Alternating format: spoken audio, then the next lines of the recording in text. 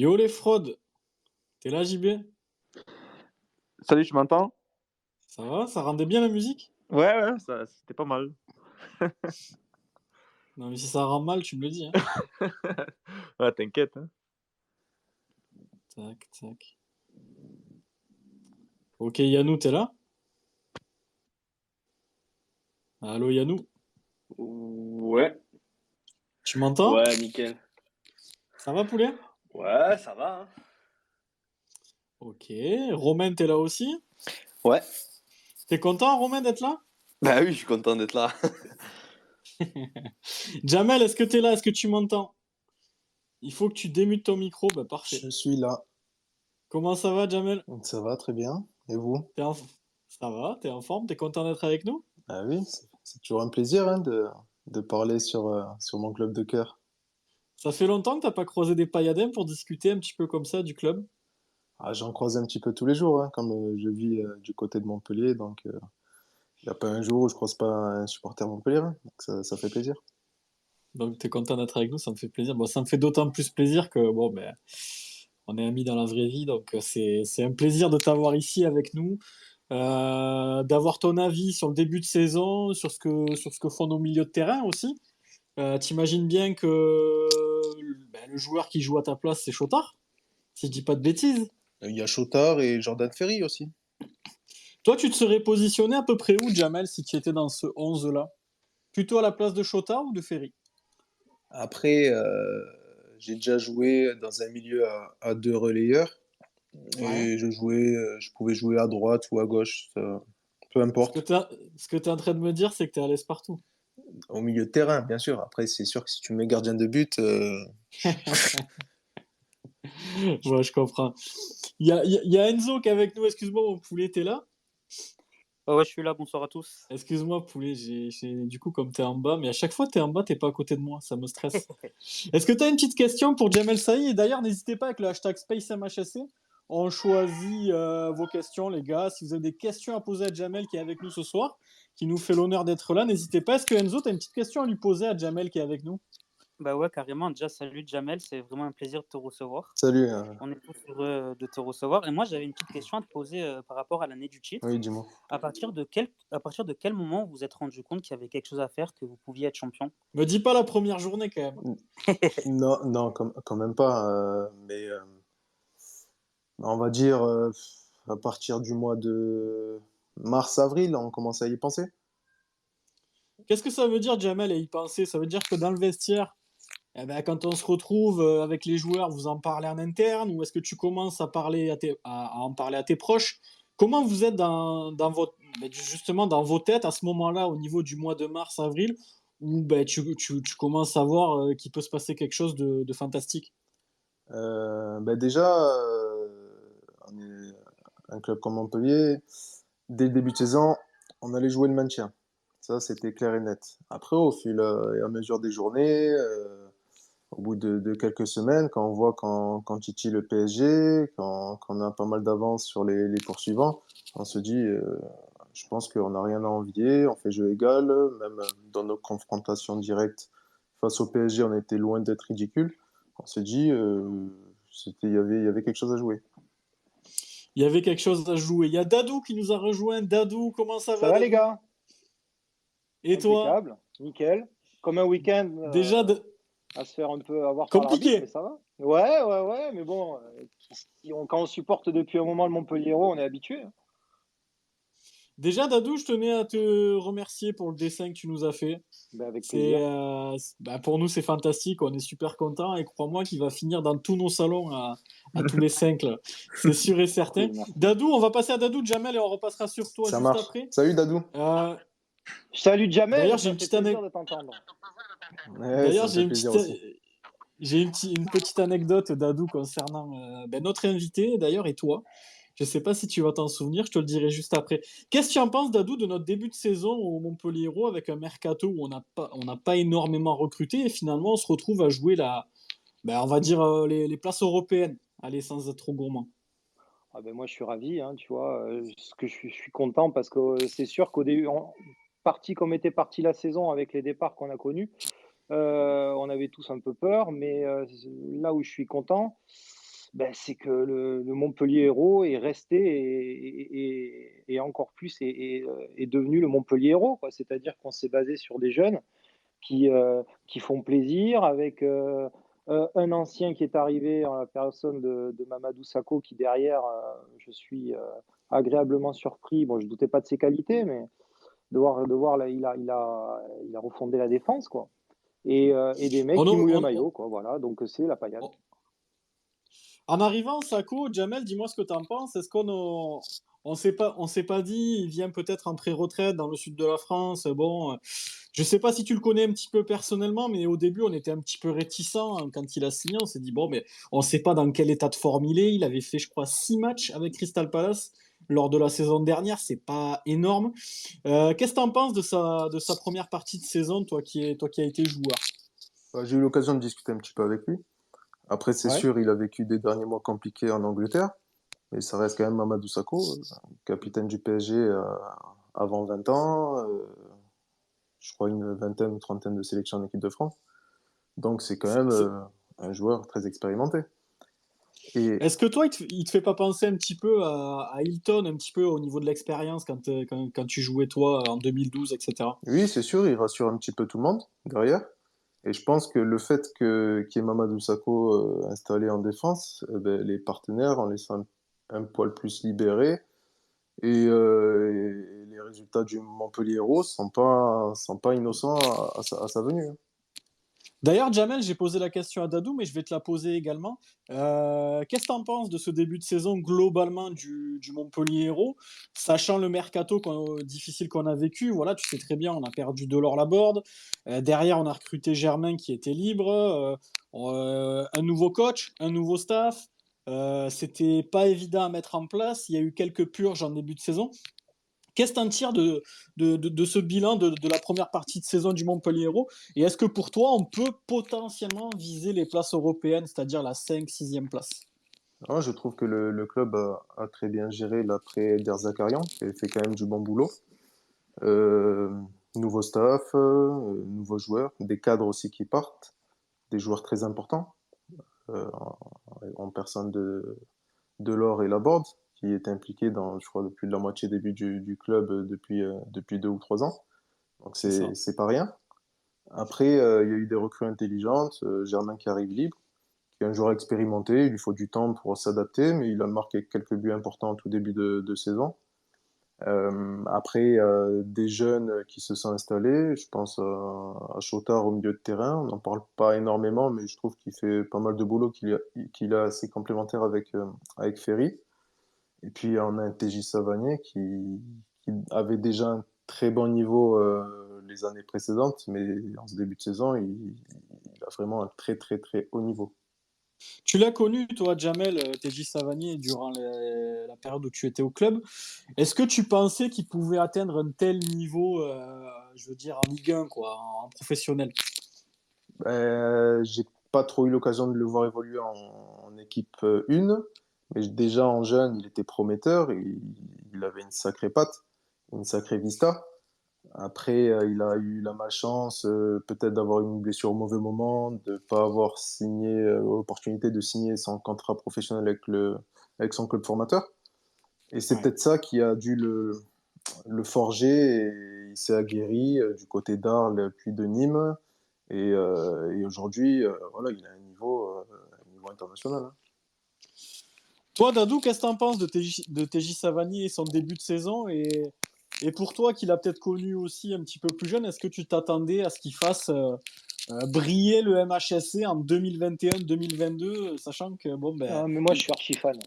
Moi, Ouais, je suis archi fan et je pense que c'est techniquement peut-être le plus grand joueur qu'on ait eu au Montpellier Hérault. Parce que je trouve qu'en plus, à cette époque-là, en 2020, dans les années 2020, le football, il est particulier. Et je trouve que voir des joueurs avec cette technique, cette grâce au niveau avec le ballon, c'est transversal, cette façon de jouer de suite vers l'avant, cette orientation du jeu. D'ailleurs, il me rappelle un peu Jamel dans les ouvertures, des fois. Ah, Jamel, Et toi, tu faisais des très belles ouvertures et des très beaux changements d'aile. il est encore plus Donc, fin techniquement, mais c'est vrai que de nos jours, ça se perd des vrais meneurs de jeu, des fins techniciens. qui a une sacrée vista, on en voit de moins en moins. Donc c'est toujours un régal de voir TJ évoluer. Et Moi, il y a une chose aussi, juste coupe, mais c'est vrai qu'aussi, il y a un truc, ça faisait un petit moment qu'on ne le voyait pas au MHSC, c'est sur chaque coup de pied arrêté, on frémit, quoi. Souvenez-vous, on avait ça quand il y Et avait Tino Costa. bon, un peu, il y avait, voilà, je reviens à Tino, et Tino Costa, à chaque fois, c'était ça. Que ce soit un corner, un coup franc, tout ça, on savait que c'était On danger, sait on qu'il va se passer s'arrêtait, quelque ça parlait chose. plus. Exactement. C'est ça. Et ça faisait longtemps qu'on n'avait plus eu ça. Oui, c'est vrai. Ça n'enlève pas les qualités des précédents qui étaient passés, mais là, c'est à chaque coup de pied arrêté, on sait qu'il peut y avoir but et que ça peut tourner, quoi. Exactement. Moi, j'avais souvenir, Jamel, de toi quand tu jouais à Montpellier, et principalement Montpellier, même si je t'ai vu jouer avec Angers, avec la Tunisie, j'ai regardé beaucoup tes matchs. Tu étais un joueur qui allait tout le temps vers l'avant, si tu veux. Et je trouve qu'aujourd'hui, dans le foot actuel, voilà, maintenant, les milieux, ils récupèrent le ballon, ils font des passes latérales, ou ils reviennent jouer avec leurs défenseurs centraux pour qu'ils. Enfin, moi, le souvenir que j'ai de toi, c'est un football toujours porté vers l'avant. Est-ce que tu as l'impression que ça se perd un petit peu aujourd'hui, ce football-là? Peut-être que les milieux actuels manquent un petit peu de technique, manquent un petit peu de vision de jeu? C'est le sentiment que j'ai avec le football moderne. Les mecs, ils se contentent de se débarrasser un petit peu du ballon, alors que j'ai souvenir de toi. Et d'ailleurs, un souvenir que je me remémore comme ça rapidement, la passe que tu fais pour Souley Camara à Auxerre qui centre pour Utaka, c'est ce genre de passe-là que j'ai envie de voir chez un milieu de terrain. Et je trouve que ça se perd de plus en plus. Après, tu sais, depuis quelques saisons, on parle beaucoup de statistiques, passes réussies, ballons touchés, chose qu'on n'avait pas avant. Alors peut-être que de nos jours, certains joueurs font attention à leurs stats, à soigner leurs stats. Donc on prend moins de risques en faisant des passes latérales ou à 10 mètres ou derrière qu'une passe où il y a 2 mètres d'espace entre deux adversaires pour casser une ligne. Ça peut y jouer. Mais après, il y a des joueurs quand même qui ont cette vista. Ferry, il le fait de temps en temps, voire souvent. Après, De plus en plus. de plus en plus. Jory Chotard, ça lui arrive aussi de le faire souvent. Après, tout dépend du mouvement qu'il y a devant. Si tu as des mecs qui demandent le ballon ou si les joueurs se cachent, c'est plus facile quand tu as 2 ou 3 solutions que si tu n'as pas de solution, tu es obligé de jouer soit derrière, soit latéralement. Ouais, c'est pas faux. On va passer à Romain qui va poser une question simultanément à Dadou et Jamel. En attendant, les amis, vous pouvez poser des questions à nos deux invités via le hashtag SpaceMHSC. Moi, je leur pose les questions en direct. Voilà. Donc, n'hésitez pas. Et puis, Romain, c'est à toi. Ouais, bah déjà, salut, merci beaucoup d'avoir accepté l'invitation. Ça fait grave plaisir et je pense que tous les supporters de la Payade sont contents ce soir. Ouais, avec plaisir. Et ouais, j'avais une petite question pour Jamel du coup. Pour toi, c'était qui le joueur qui t'a le plus fait kiffer à jouer avec Montpellier? Celui qui avait le plus de talent? C'est moi, non? Il y a eu Quand on faisait il y a- des fights. il y a eu beaucoup de joueurs talentueux au club. Ouais, Euh, dur d'en choisir un. dur d'en choisir un, parce qu'il y en a plusieurs, mais moi, quand je reviens à Dadou, aujourd'hui, TJ Savanier, euh, il fait partie des meilleurs joueurs que j'ai vu évoluer au club. Ouais. D'un point de vue pur football. Après, oui, il y a eu des grands joueurs qui ont marqué le club. Je pense à Olivier Giroud, qui a eu des débuts incroyables. Je pense à C'est pas le Emir mec, quoi. Spahic, qui venait entre guillemets, de nulle part. Personne ne le connaissait et qui a fait beaucoup de bien en défense. Vitorino Hilton, Mapuyan Gabiwa, l'année du titre. Bref, il y a Younes Belanda, Rémi Cabella. Je peux en citer, T'as eu la, je peux en citer T'as eu beaucoup. la chance d'avoir une bonne génération avec toi aussi, il faut le dire. Hein. T'as pas trop connu les années sombres du Montpellier Hérault. Enfin, quoi que si. Si, un peu Quand aussi, t'as- j'étais au centre de Quand formation. t'as démarré, Ouais. on était en Ligue 2, je me rappelle, j'ai encore un maillot de toi où il y a le 33 derrière, il n'y a même pas encore ton nom. Ouais, c'est vrai, c'est vrai. Euh, Ça remonte C'était ça remonte à loin. Ça remonte à loin. Il y a TJ MSAT qui te demande sur le hashtag SpaceMHSC, salut Jamel, quel est ton plus gros regret dans ta carrière? Regret, franchement, Ou t'en as pas, tu peux ne pas en avoir aussi, non, t'as vécu des belles choses. moi je vis pas avec des regrets. C'est sûr, on fait certains choix, qu'ils soient bons ou mauvais. Moi, je me dis que même s'il y a un mauvais choix, il sert toujours. On apprend de certaines erreurs. Donc, j'ai pas de regrets dans ma carrière. Euh, j'ai vécu de très bons moments. qui aurait imaginé, en démarrant ma carrière en Ligue 2, de gagner un titre, de jouer à la Champions League, de faire pas mal de saisons en première division avec son club formateur. Donc, non, non, j'ai pas de regrets par rapport à la carrière que j'ai passée. De toute façon, ici, Jamel, on se dit tout, et puis je me souviens même que tu m'avais téléphoné à ce moment-là. Est-ce que tu regrettes ta signature au SCO d'Angers, par exemple? Non, Franchement, non, non? c'est pas un regret parce que ça m'a fait du bien un peu de changer d'air. Après 9 saisons passées au club, les dernières saisons en dents de scie, avec quelques blessures, pas l'enchaînement des matchs. Pas... T'avais besoin de retrouver quelque chose de nouveau? Et exactement, peut-être, c'est pas rien contre le club, voilà, que j'aime profondément. Mais c'est juste, j'ai besoin de voir autre chose. Après, ben, dans le football, ben, on prend des risques, on signe des contrats d'1 an, ça se passe pas forcément toujours bien. Des fois, il faut un peu plus de temps. Et du coup, après, c'est compliqué quand tu fais peu de matchs en quelques mois. Au niveau des propositions derrière, ben, par rapport à ton attente, c'est pas ce qu'il faut. T'es Donc, ressorti un petit peu frustré de cette expérience à Angers, j'ai l'impression. T'avais peut-être ta place sur certains matchs et t'as peut-être pas joué à ce moment-là. ouais, Est-ce je est-ce que pense, je me trompe? je pense aussi, mais après, quand tu es nouveau joueur et que tu arrives dans une équipe qui joue le maintien, qui a acquis le maintien assez plus rapidement que prévu, ben, du coup, l'équipe, le staff d'avant, du SCO, s'était appuyé sur les cadres qu'ils avaient depuis 2-3 ans. Donc, du coup, c'était difficile de faire sa place. Il y en a qui te demandent, Jamel, bon après je pense que je connais la réponse, Ouais. mais Kylian Ista, il te demande quel est ton meilleur moment à Montpellier. Meilleur moment, c'est clairement, il y a de meilleurs moments, c'est la saison du titre, parce que toute l'équipe, collectivement, et même moi individuellement, ben, on marchait un peu sur l'eau. On savait qu'en rentrant sur le terrain, d'entrée, qu'on avait 80% de chances de gagner. Je sais pas, il y avait un pressentiment comme ça, où on se sentait, pas invincible, mais on se sentait très fort. Moi j'ai eu ce sentiment-là, Jamel, je vais pas te mentir, quand j'ai l'année de 2012, je vais passer la parole à Yanou juste après. J'avais ce sentiment, et Dadou, dis-moi si tu es d'accord avec ça également. Quand j'allais à la Mosson cette année-là, j'avais l'impression qu'il pouvait rien nous arriver, qu'il y avait une étoile au-dessus de notre tête et que ben, tous les matchs, tu allais finir par les gagner. Je me souviens de Saint-Etienne où on le gagne sur le finish avec une reprise de volée de Giroud venu d'ailleurs. Qu'est-ce que t'en penses, toi, Dadou, cette année-là? Tu l'as vécu comment, toi, de ton côté? Ben, tout simplement, on était plutôt habitué à connaître la spirale de la défaite et en fait, on a connu la spirale de la victoire. C'est-à-dire que peu importe le match, peu importe l'adversaire, on savait que même à la 90e minute, on pouvait marquer. Donc Saint-Etienne, moi, c'était vraiment le match, justement, exemple parfait de ce que tu dis. C'est-à-dire que tu as cette reprise de Giroud dans le coin de la surface, en dehors de la surface, qui va ruffier dans un trou de souris alors qu'on pensait que le match était fini. Et à chaque fois, c'était ça, c'était dingue.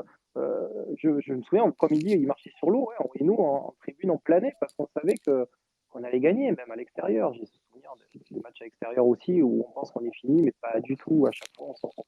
Après, C'est magique. il y avait aucun match évident, hein. Tous les matchs étaient très Ah difficiles oui, à jouer, j'imagine, mais à chaque fois, ça basculait de notre côté. Donc, c'est ça. on mettait les ingrédients pour faire en sorte que ça bascule de notre côté. Après, oui, on peut citer pas mal de victoires 1-0, mais voilà, on ne prenait pas de but. Et ça, c'est très important.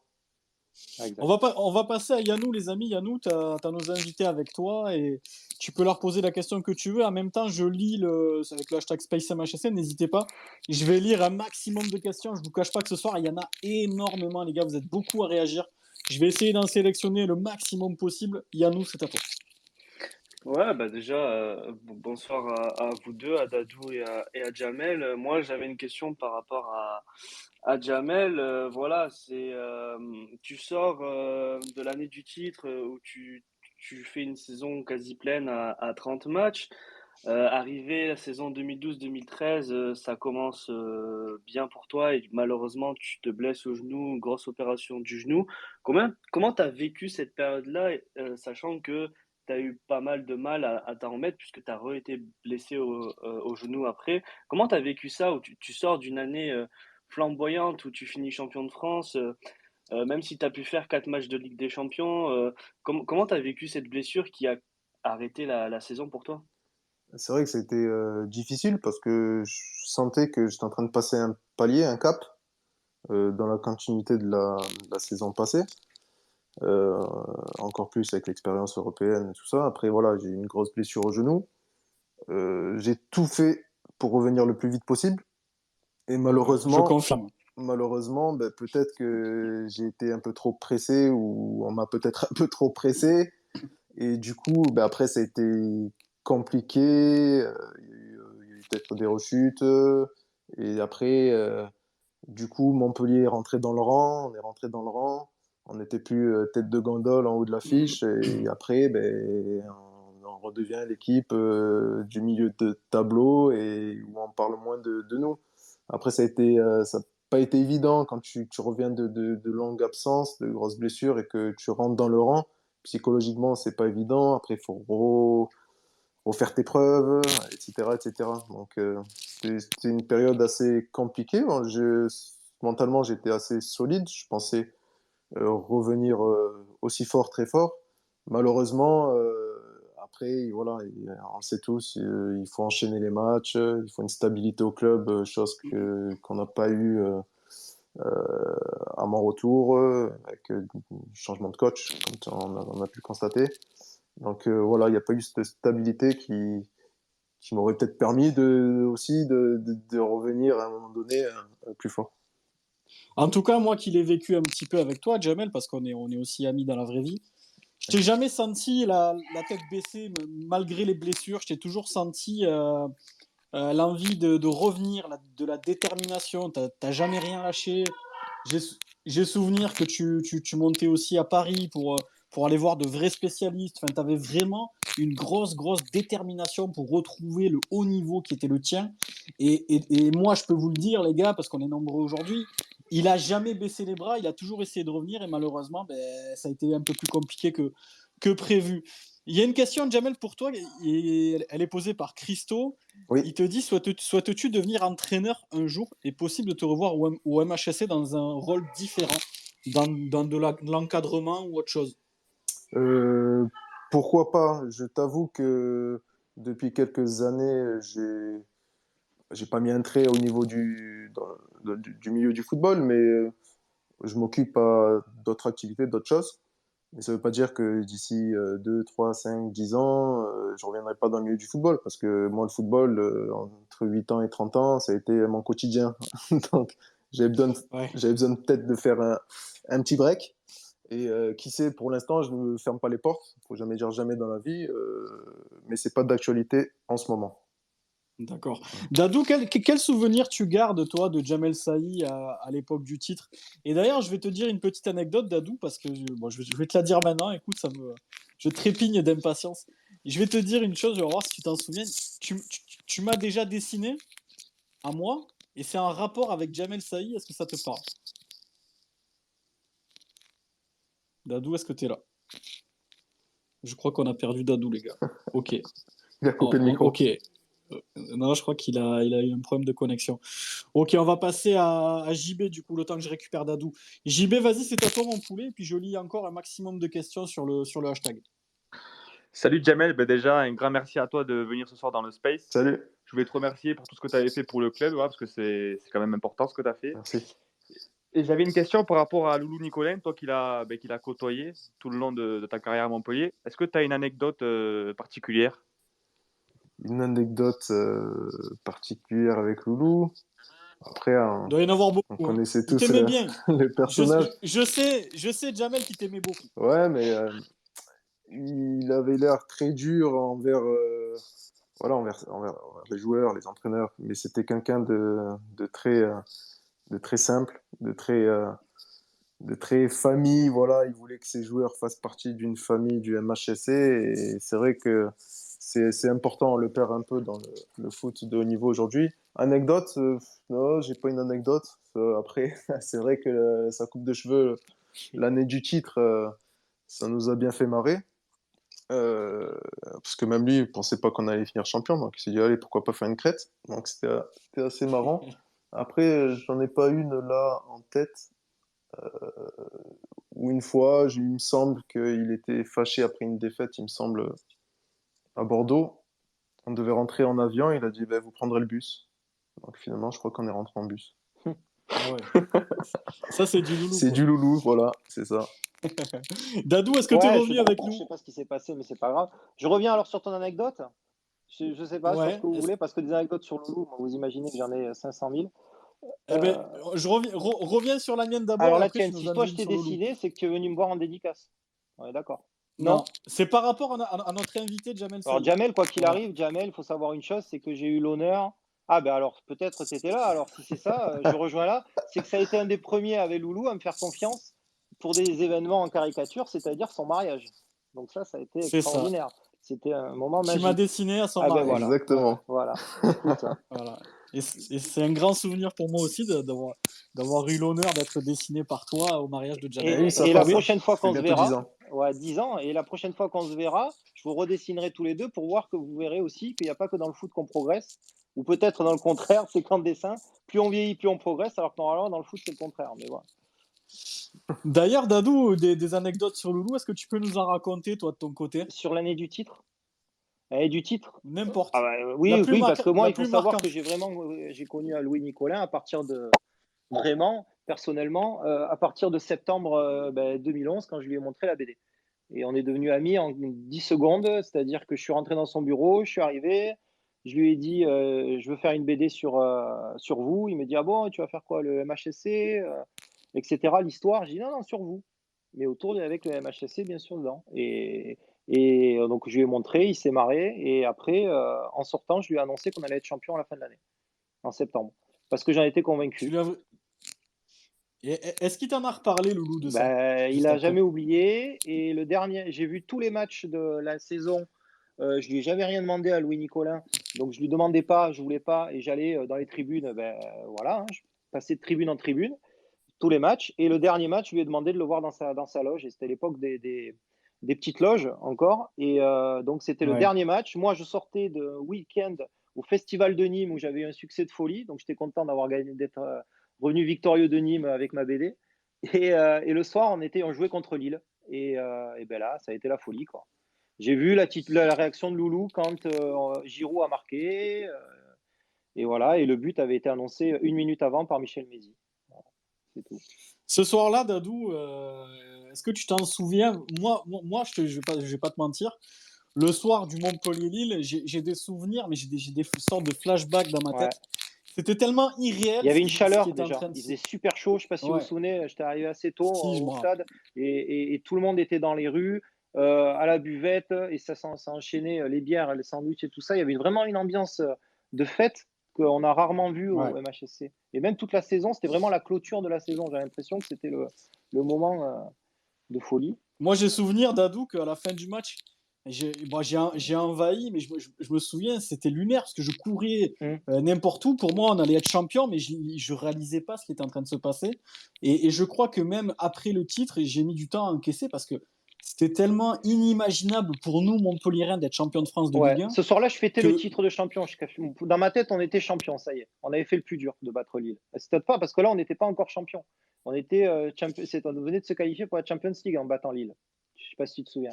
ouais. Et que Loulou, Ouais, Si, et bah, Loulou est c'était le descendu destin sur entre le. nos mains. C'est Louis ça. Nicolas est descendu sur la pelouse. Et c'est là qu'il y a eu, que c'était la folie, ovation, discours. On était comme des dingues tous. Et en même temps, il a dit à Paganelli que si on était champion, il y avait Bryant Espagnol. Je sais pas si vous vous souvenez. on s'en souvient tous, je crois. Est-ce que quelqu'un dans les chroniqueurs a une question à poser à Dadou ou à Jamel? Sinon, je vais passer un petit peu avec le hashtag SpaceMHSC. Vous êtes très, très, très nombreux à réagir. Après, on libérera nos deux invités qui nous ont fait l'honneur d'être là. Enzo, peut-être. Enzo, est-ce que tu as quelque chose à dire, poulet? Non, j'ai pas forcément de questions. Je tenais juste à les remercier Dadou et Jamel d'être venus ce soir. Ça fait vraiment plaisir. Moi, je suis comme un gosse de recevoir Jamel. Ça fait revenir beaucoup de souvenirs de l'époque où on était champion. Et aussi, je tenais aussi à remercier Dadou de la part de tout le monde pour le beau dessin qu'il a fait pour le Space. Merci. C'est vrai que vous nous régalez, les gars, d'être là. Et puis voilà, c'est une émission qu'on a montée un petit peu sur le tard en début de saison. Et puis finalement, l'engouement a fait que maintenant, c'est devenu sérieux, c'est devenu structuré. Et d'avoir des invités aussi prestigieux que vous, c'est vraiment quelque chose de fabuleux pour nous. Il y a une petite question pour Jamel, mais je vais vous la poser à tous les deux. De ton point de vue d'ancien joueur, Jamel, même Dadou, tu peux répondre. Que penses-tu du départ de Delors à Nice en fin de mercato alors que celui-ci promettait monts et merveilles à nous, supporters du Montpellier Hérault? Euh, c'est C'est un sujet délicat, Ah hein, c'est un ouais, moi je peux sujet, te attention, hein. c'est un, répondre, su- hein, si tu veux, hein. c'est un sujet délicat. Je peux répondre un petit peu. Vas-y. Après, c'est dommageable que en lui ayant confié le brassard de capitaine, qui quitte le club à quelques jours du mercato, euh, alors qu'il a dit tout le bien qu'il pensait du club. Mais je pensais pas le voir partir à la fin de mercato. À T'as partir, été surpris? j'ai été un peu surpris, oui. Je pensais Laborde parce qu'il avait un banc de sortie, mais je pensais pas que les deux partiraient coup sur coup en fin de mercato.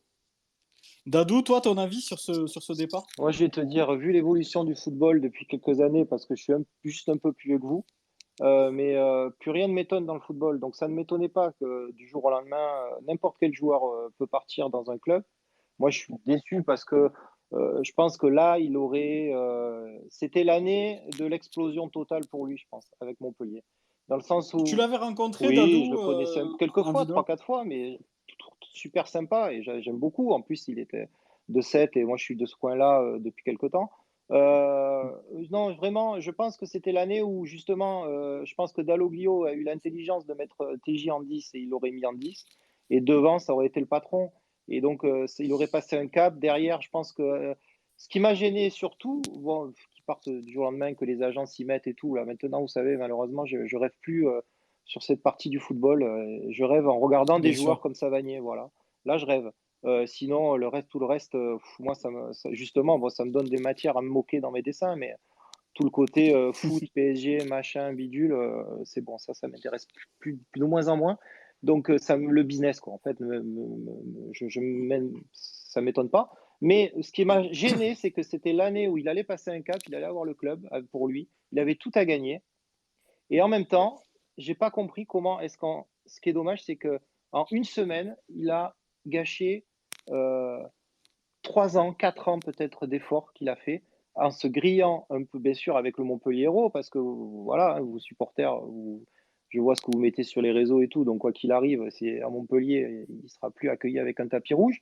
Et d'un autre côté, il s'est grillé avec l'Algérie derrière. Et ça, j'ai pas compris. J'ai pas compris comment est-ce que tu peux faire autant d'efforts et à un an d'une Coupe du Monde, ne pas tout faire pour justement y participer. Jamel, je crois que tu n'as pas participé à la Coupe du Monde, toi, hein. Non, j'ai participé Voilà. à 2 Coupes d'Afrique. Voilà. Donc ça J'ai t'a fait fait des rêver, éliminatoires de j'imagine. Coupe du Monde. Ben, bien sûr, c'est le. Par contre, t'as marqué avec la Tunisie. Ouais, j'ai marqué plus de buts avec la Tunisie qu'avec Montpellier. D'ailleurs, on te demande, Jamel, sur le hashtag, il y a Papayade qui te demande est-ce que Ah, ton je peux but dire un contre truc sur Lorient, Papayade, juste. Je lui fais juste vas-y, Ah ouais, mais parce que franchement, c'est une des personnes qui c'est m'a fait le plus infidèle. rire depuis 10 ans que voilà quoi. C'est quelqu'un qui me fait énormément rire de tout ce qu'il faisait avant et tout, et qui a continué.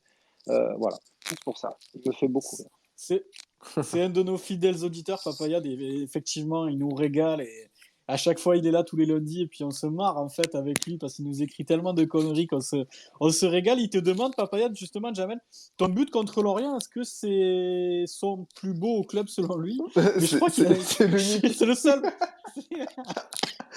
La linasse qu'il avait mis. C'était la reprise de volée. Ouais, C'est c'est ça. ça. Non, est-ce que tu t'en souviens de ce but? Ouais, je m'en souviens, je venais à peine de rentrer en jeu, c'était mon premier ballon. Est-ce que tu peux nous l'expliquer un petit peu comment tu l'as vécu sur le terrain? Comment je l'ai vécu? Ben, je rentre en jeu, il y a corner. Je me souviens plus par qui. Pourquoi tu tires? Pourquoi tu tires déjà? Ben, en fait, C'est- en fait, dans ma tête, je me dis, si le ballon revient, je vais allumer, quoi qu'il arrive.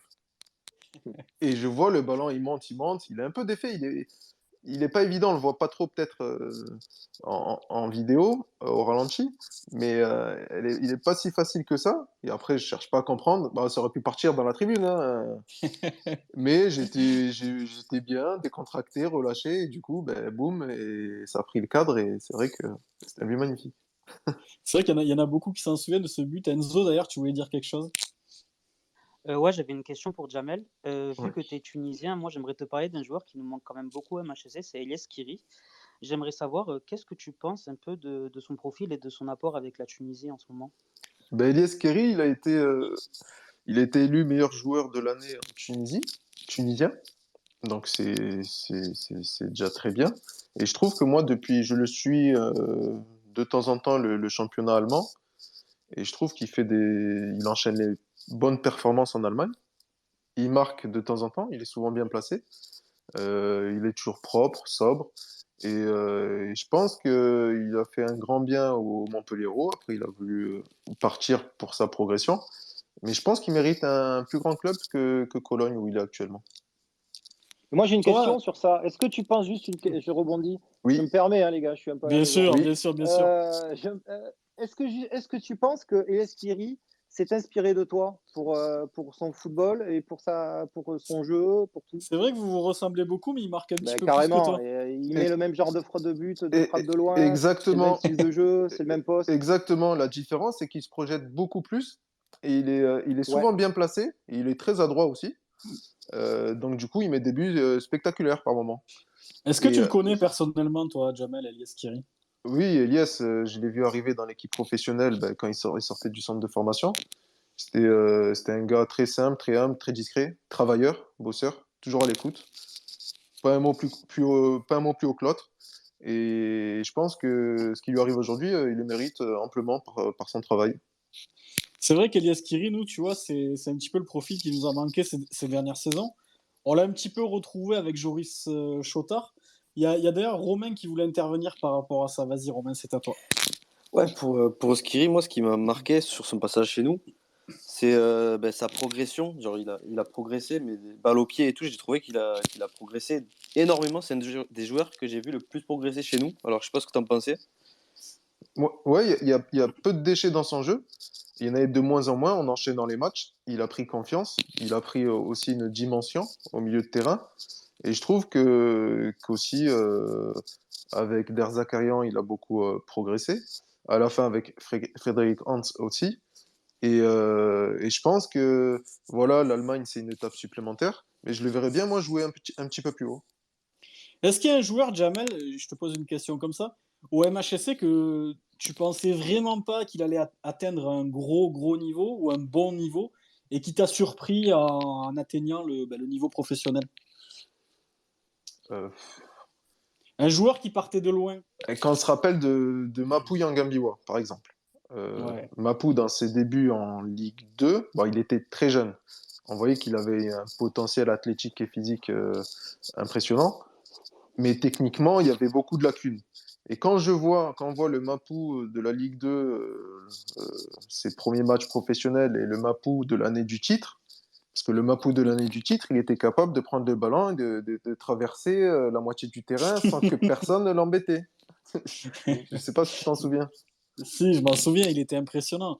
D'ailleurs, c'est ce type de défenseur central qui était là, puissant. Il avait même marqué de la tête à Caen. Enfin, il avait fait une saison, mais en fait, tu as l'impression que cette saison-là, et toi, tu es dedans aussi, que en fait, vous étiez intouchable. Bedimo, Bocali, Hilton, je peux citer tout le groupe. Hein.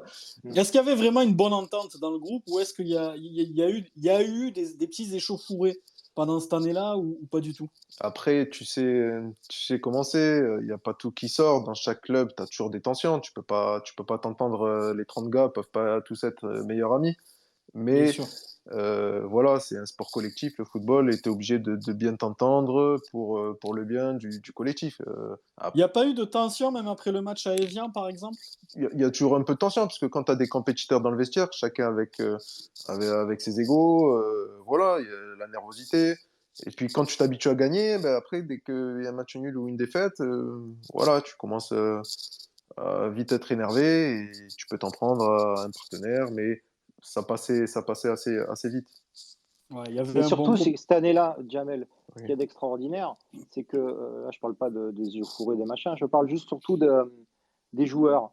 Oui. Dernis rentre, il marque. Jonathan Tinan rentre, il marque. C'est-à-dire que chaque personne a amené Laurent Pionnier, le match contre Lille, le match aller, c'est lui qui nous ramène les 3 points avec des arrêts incroyables. Oui. Un Donc en match fait, fou. chaque mec a amené sa petite pierre à l'édifice et à la fin, même 1 point ou 2 points faisait la différence grâce à un joueur qui peut-être n'a joué que 2 matchs ou 3 matchs dans la saison. Et c'est ça qui est incroyable. C'est là vraiment qu'il y a eu un groupe. Il y a Tout le JB monde était qui concerné. il y a Ouais. JB qui voulait rebondir d'ailleurs. Oui, je voulais poser une question à Jamel. Je voulais savoir s'il avait un souvenir particulier de René Girard et ce qu'il pensait de lui, et surtout s'il a souvenir de ce match, ce fameux match à Schalke où il fait un don d'honneur à tout le, à tout le banc de On Schalke. l'aurait tous Comment il fait, a hein. vécu? Après, on connaît tous, voilà, René, comment il était. Il était très sanguin, c'est un passionné, il lâchait jamais rien. Voilà, il a amené une certaine rigueur dans le travail et dans l'aspect aussi défensif. C'était sa marque de fabrique aussi. Ne rien lâcher. Et après, oui, bon, la petite anecdote avec le doigt d'honneur à Schalke, c'est plus pour dire, on va dire, bonjour, on va dire en allemand. Est-ce que tu as gardé des bons rapports, Jamel, avec René? Je l'ai croisé dernièrement au stade de la Mosson, on a discuté pendant un petit moment. Ça s'est toujours bien passé avec René, même si parfois il était dur envers ses joueurs, mais c'est tout à fait normal quand on veut des résultats et des très bons résultats. Ben, il était dur avec nous, il fallait le comprendre et faire en sorte qu'il soit satisfait. Les amis, on va vous remercier. Jamel, qu'est-ce qu'on peut te souhaiter pour la suite? Est-ce que tu peux nous parler de ce que tu fais actuellement et ce que tu as envie de faire ou faire passer un petit message aux supporters pailladins qui t'écoutent ce soir? Ben, actuellement, je profite de ma famille, je suis du côté de Montpellier. Bon, voilà, fallait s'imaginer, je suis originaire d'ici, donc difficile pour moi de partir de cette région. Et puis, je suis attentivement, moi, les résultats du MHSC. Je suis d'autant plus content quand je vois du beau jeu, et c'est ce qui se passe depuis le début de saison, quand même.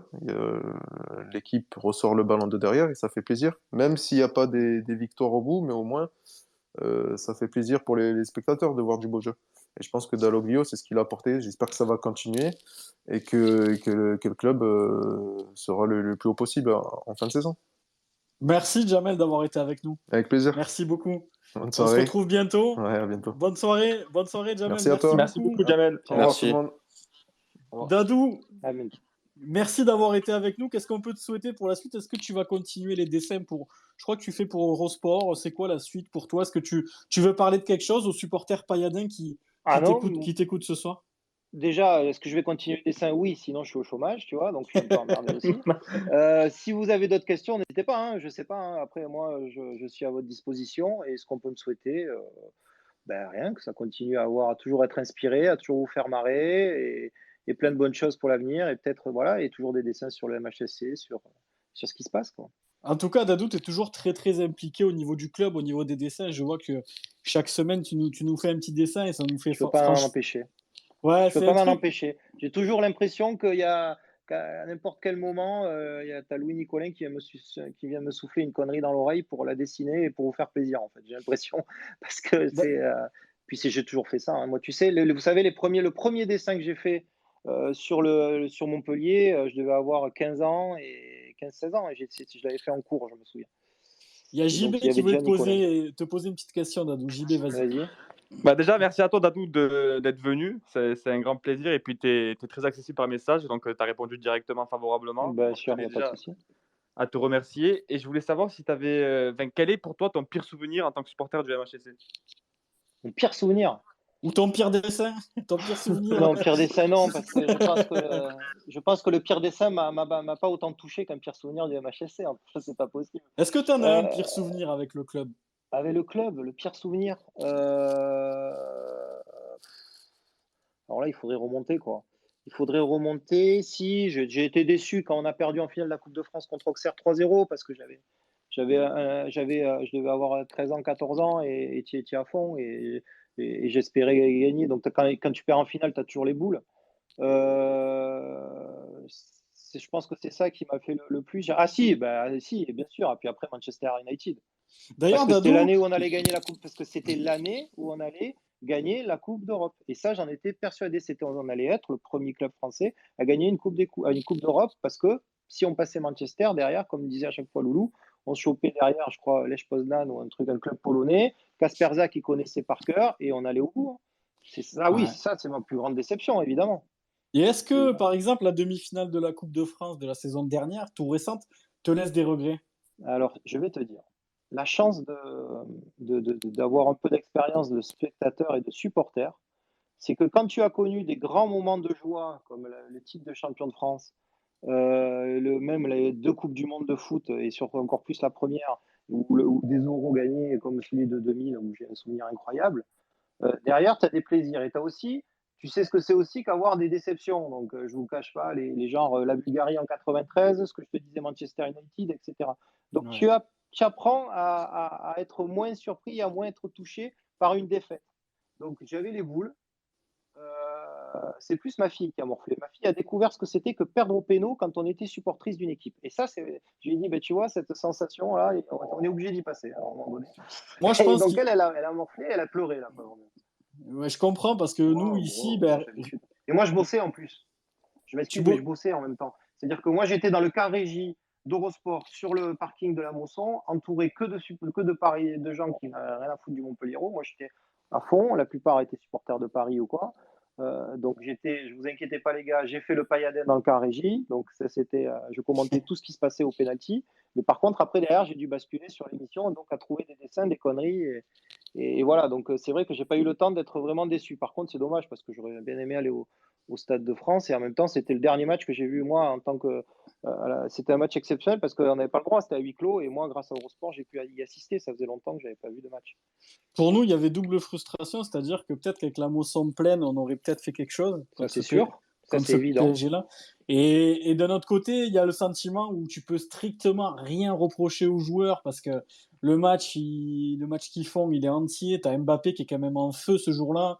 On les a amenés au péno. On a même le penalty de la victoire si Neymar le rate. Je sais pas si tu te souviens. Bien On sûr. a le penalty de la victoire si, en plus Neymar avec sa façon un petit peu de tirer où il arrête sa course, etc. Pour nous, c'est, En- c'est, c'est une grosse déception, ce Ouais. match-là. Et c'est un petit peu encore ancré en nous. Ah ouais, à ce Surtout, point-là, les gars. Ah ouais, sur- moi, j'aurais pas cru. Je pensais justement que l'absence de public fait que la chose est moins belle, malheureusement. Ouais, ça c'est C'est-à-dire vrai. qu'une demi-finale avec le stade plein, tu fêtes la victoire, etc. Donc tu serais descendu sur la pelouse, etc., etc. C'est énorme que là, bon, ben, tu passes, ben, tu es comme un con devant ta télé ou alors tu es tout seul au stade. Et ensuite, le stade de France vide, franchement, ça ressemble C'est à pas rien. beau. D'ailleurs, Ben Dadou, oui, il y a Donny des Armata, je sais pas si tu le connais personnellement, qui nous demande comment tu avais trouvé le tifo qu'ils avaient fait d'ailleurs pour cette terrible. demi-finale, qui était magnifique. J'adore, Hein. j'adore, j'adore. Il... D'ailleurs, je leur dis, hein, un jour où il y aura un événement, s'ils ont besoin de moi, je suis là. Hein. Ils Ouais, n'hésitent pas, hein, je vous dis ça pour tout le stade. Hein. Un jour, si vous voulez qu'on fasse un truc, moi, je vous dessine ce que vous voulez, il n'y a aucun problème et j'adore ça. Moi, je suis un partisan des décorations dans un stade. Moi, je veux que quand on va au stade, on va dans un spectacle. C'est comme si on est dans un spectacle. J'espère que plus tard, ce sera le cas au nouveau stade aussi. En tout cas, c'est vrai que ce tifo, Donny qui est là, qui est un des leaders des Armata, il était Bravo. magnifique. Il nous a donné un supplément d'âme à tous, je crois, ce tifo-là, et même aux joueurs qui se sont battus jusqu'au dernier penalty. Et je crois que on n'était pas très loin de cette finale. Et comme tu le dis, il y aurait pas eu de public au Stade de France. Et ça, c'est vrai que c'est un petit peu dommage. Dadou, on va te remercier d'avoir été avec nous. Merci beaucoup. Ben, merci les gars, merci à vous. Et puis amusez-vous bien avec l'arbitre de Strasbourg-Montpellier, si j'ai bien compris. Hein, maintenant, vous allez vous lâcher, non? Vous allez démarrer. On a essayé d'être courtois avec nos invités. On va être un petit peu plus trash, mais Ben bon. ouais, lâchez-vous. Moi, je vous dis juste, si vous voulez mon avis sur le truc, je vous le donne en 3 minutes. Moi, je suis un anti-VAR, en fait, depuis la base. Je trouve que ça Vas-y. sert absolument à rien, surtout vu comme c'est utilisé en France, malheureusement. Pour 2 raisons, je vous dis. La première, c'est que à un moment donné, l'arbitrage, il faudra se poser la question pourquoi est-ce qu'on a aussi peu d'arbitres qui arbitrent dans des compétitions internationales. Voilà, ça Ouais. c'est une chose. Deuxièmement, si ces arbitres-là, ils sont pas très très bons, on ne fait que déplacer le problème en rajoutant 3 dans un car régie. Parce que dans un car régie, on voit vraiment toutes les images. Malheureusement, ils sont dans un car régie. Donc, ils se cachent un petit peu, quoi. C'est pas eux qui prennent la responsabilité. Et j'arrive pas à comprendre. Il faudra m'expliquer aussi pourquoi est-ce qu'un arbitre central ne va pas lui-même voir. Enfin, je sais pas, moi j'aurais cette pression sur les épaules, je vais voir l'action et je décide moi-même à la fin. Ça, j'arrive pas à comprendre. Dadou, le Faudra problème m'expliquer. en France, dis-moi ce que tu en penses et ton point Ouais. de vue. Est-ce que c'est pas l'ego des arbitres en France? On a l'impression que c'est des rockstars, les mecs, des fois, Non, mais quand ils alors là, prennent des décisions. il faut savoir une chose, c'est que là, tu touches à l'être humain, et l'être humain, dès qu'il a un minimum d'importance, il a son ego, il te l'avouera jamais, mais qui explose. Donc, il fait des conneries. Souvent, il fait des conneries Mais j'ai à la l'impression qu'en suite. en France, au niveau de l'arbitrage, c'est surdimensionné. Je sais pas si tu vois un petit Ouais, peu. mais peut-être pas dans le cas de lui. Lui, je pense que lui, là, sur ce match-là, que tu me parles des Turpins, des joueurs, des arbitres dont on connaît le nom, peut-être. Mais là, cet arbitre-là, je pense que d'une, il est lâché complètement par ses. Moi, justement, la VAR, je trouve qu'elle dédouane totalement les arbitres de touche. Les arbitres de touche, à quoi ils servent maintenant, en fait? Plus Puisque rien. quand il y a une action qui va même si on voit que le mec est hors jeu, il lève même plus le drapeau. Donc à ce moment-là, à quoi ils servent? Quand il y a un truc comme ça, je sais pas, je trouve que la VAR enlève justement de l'importance à l'arbitre et il devrait justement être un peu plus impliqué. Et là, je pense pas que ce soit un coup d'ego, quoi. C'est je pense que c'est plus de l'incompétence et à la fois je me repose, je laisse la responsabilité sur les mecs du car régie et les cars régie laissent la responsabilité sur celui de l'arbitre. Au final, personne prend ses responsabilités et c'est ça le problème. Moi, je préfère, les gars, je suis désolé, souvenez-vous, en tant que supporter de Montpellier, il y a quelques années, on a le hors-jeu de Camara à un orteil, je crois que c'était Camara qui revenait, souvenez-vous, où on perd des points qui sont très importants pour la fin de saison, voire pour l'Europe. Contre Monaco, je crois, il me semble. Ouais, il y a plein de cas comme ça. Et puis je trouve que ça change le foot. C'est-à-dire que les joueurs ne jouent plus pareil depuis qu'il y a la VAR. Ça commence et déjà, on sait, bon, les joueurs de professionnels ont toujours cherché le penalty, mais là, ça devient systématique. C'est-à-dire que ça devient du grand n'importe quoi. C'est-à-dire qu'on joue d'abord pour essayer que l'arbitre aille voir la VAR, qu'il se passe quelque chose. On est encore un peu épargné, nous, à Montpellier, nos joueurs ne sont pas comme ça, mais si vous regardez le foot actuellement, c'est devenu un peu ça. Et ça, c'est dommage parce que ça change je sais pas, ça gâche un petit peu Ça dénature un peu le sport. Bien sûr. Qui est le football. C'est vrai que, par exemple, si tu nous lances là-dessus, je vais donner la parole à Romain tout de suite. Romain, ce match à Strasbourg, ton point de vue, est-ce que... Alors, j'ai lu beaucoup de choses déjà, Romain, avant de te donner la parole. J'ai lu des messages, et encore tout à l'heure, qui disaient, les gars, malgré le rouge qu'a sorti l'arbitre, qui n'est pas valable, la meilleure équipe sur le terrain, c'était Strasbourg. Toi, de ton point de vue, moi je suis pas d'accord avec ça. Alors voilà, dans ce cas-là, il y a plein de matchs qu'on aurait perdus en 2012 parce qu'on a été dominés et on les a finalement gagnés 1-0. Est-ce que pour toi, c'est vraiment la décision de l'arbitre qui a amputé la victoire du MHSC et le résultat final du match? Écoutez, ça on pourra jamais le savoir parce que ça reste de la fiction maintenant, mais je sais pas. En fait, on peut pas dissocier ce vol parce que là, malheureusement, on peut appeler ça que comme ça, du résultat final. Et puis pour nous, c'est d'autant plus frustrant parce qu'on gagne 1-0. Voilà, tu vas à la Méno, tu sais que ça va être compliqué. Il peut manquer qui tu veux là-bas, c'est compliqué parce que c'est une bonne équipe de Ligue 1. On n'est pas une équipe surdominante du championnat, donc oui, on a souffert. On n'a pas fait le meilleur match de la saison, ça je l'avoue, je l'accorde. Et après, je trouve qu'on fait quand même une première mi-temps correcte, voire dans nos standings, quoi, comme d'habitude, j'ai envie de dire. Et en deuxième mi-temps, on subit et puis ça vient de nous mettre un coup au moral. Mais pour moi, on ne peut pas enlever cette décision du résultat final. Et quand je vois certains qui disent oui, mais si on a perdu, c'est parce qu'on a été mauvais avant tout, en fait, on ne sait pas. Et je pense que c'est faux parce que tout simplement, sans le rouge, on ne peut pas savoir le résultat qu'il y aurait eu. Et le rouge, il a été avoué aujourd'hui que c'est une erreur. Donc c'est compliqué de s'exprimer sans s'énerver et sans tomber dans le. Du coup, aujourd'hui, Romain, je te pose une question assez simple. Est-ce que toi, à l'instant T, là, c'est 21h52, est-ce que tu te contentes de ce carton rouge qui a été retiré à Eli Wahi? On sait très bien, c'est de la science-fiction, je l'ai lu, et vous avez raison, les gars, sur Twitter, que le match ne sera pas rejoué à la minute ou machin, etc. Est-ce que pour toi, tu es satisfait de cette décision ou est-ce que tu restes quand même frustré? Moi, je te dis mon point de vue perso, je suis frustré. On nous a faussé le résultat de ce match-là. Ok, Wai, il sera là mercredi, très bien, c'est super, il sera là, génial, je saute au plafond sur ma chaise. Mais le problème, il est plus profond que ça. Ça veut dire que si à la fin de la saison, il te manque. Alors, Gauthier m'a dit tout à l'heure, il a raison, on l'aurait peut-être perdu ce match à 11 contre 11, mais comment veux-tu le savoir, sachant qu'à cette minute-là, il y a encore 0-1 pour Montpellier et qu'on peut potentiellement partir en contre avec les joueurs qui sont entrés, etc. Est-ce que toi, aujourd'hui, tu es satisfait de cette décision de la Ligue et tu t'en contentes et tu te dis, bon, on verra mercredi? Ah bah là, je pense que les gars vont en parler aussi après et c'est là que je rejoins Dadou aussi sur la VAR. C'est-à-dire que s'il y a pas la VAR hier, l'arbitre met un rouge parce que, le Strasbourgeois joue le coup du coup, enfin, comme s'il avait pris un Oui, attentat. Ça me dérange moins en fait s'il y a pas la VAR puisque l'arbitre a le droit de se tromper et ça bien ça sûr. ça me dérange pas du tout. Mais là, quand il y a 3 personnes qui sont devant un écran, ils ont les images en 4K, ils voient, de partout tout ce qui se passe et ils te disent qu'ils ont pas vu, enfin, c'est inadmissible tout simplement et non, on pourra jamais savoir le résultat enfin, c'est de la fiction, voilà, à partir de là, moi je suis pas satisfait. Que le carton rouge soit révoqué, ça changera rien parce que voilà, le match il a été pourri et c'est dommage. Et tu sais quoi, je parle même pas que pour nous parce que ça va arriver à d'autres équipes et ça va refaire la même chose. Et enfin, c'est une honte. Imagine, ça arrive à Saint-Etienne qui joue son maintien et sur ce Ouais. match, boum, il arrive ça.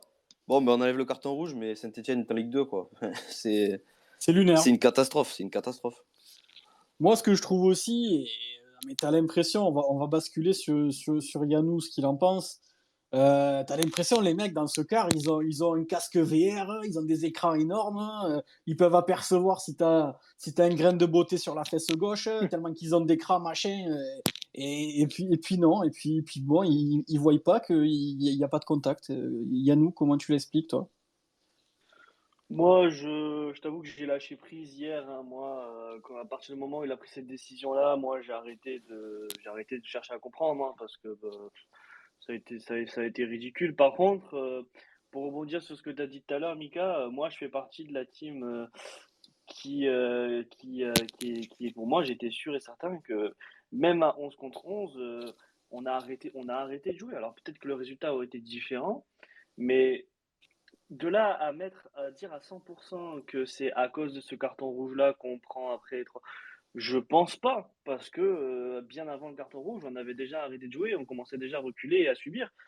Après, effectivement, comme Romain a dit, on saura jamais la vérité, malheureusement. Mais pour revenir à l'arbitrage, comme je viens de le dire, moi, je n'ai pas cherché à comprendre à partir du moment où tu prends ce genre de décision. Alors que clairement, y a rien. Enfin, tu cherches même le mail. Là, l'arbitre a même pas cherché à comprendre. Et puis dans le camion, je sais pas, il est en train de jouer à la belote. Je sais pas, mais c'est n'importe quoi. Ouais, mais Yannou, dans ce cas-là, tu vois, et moi je suis content que tu le soulèves aussi, que tu sois d'accord avec ceux qui pensent ça.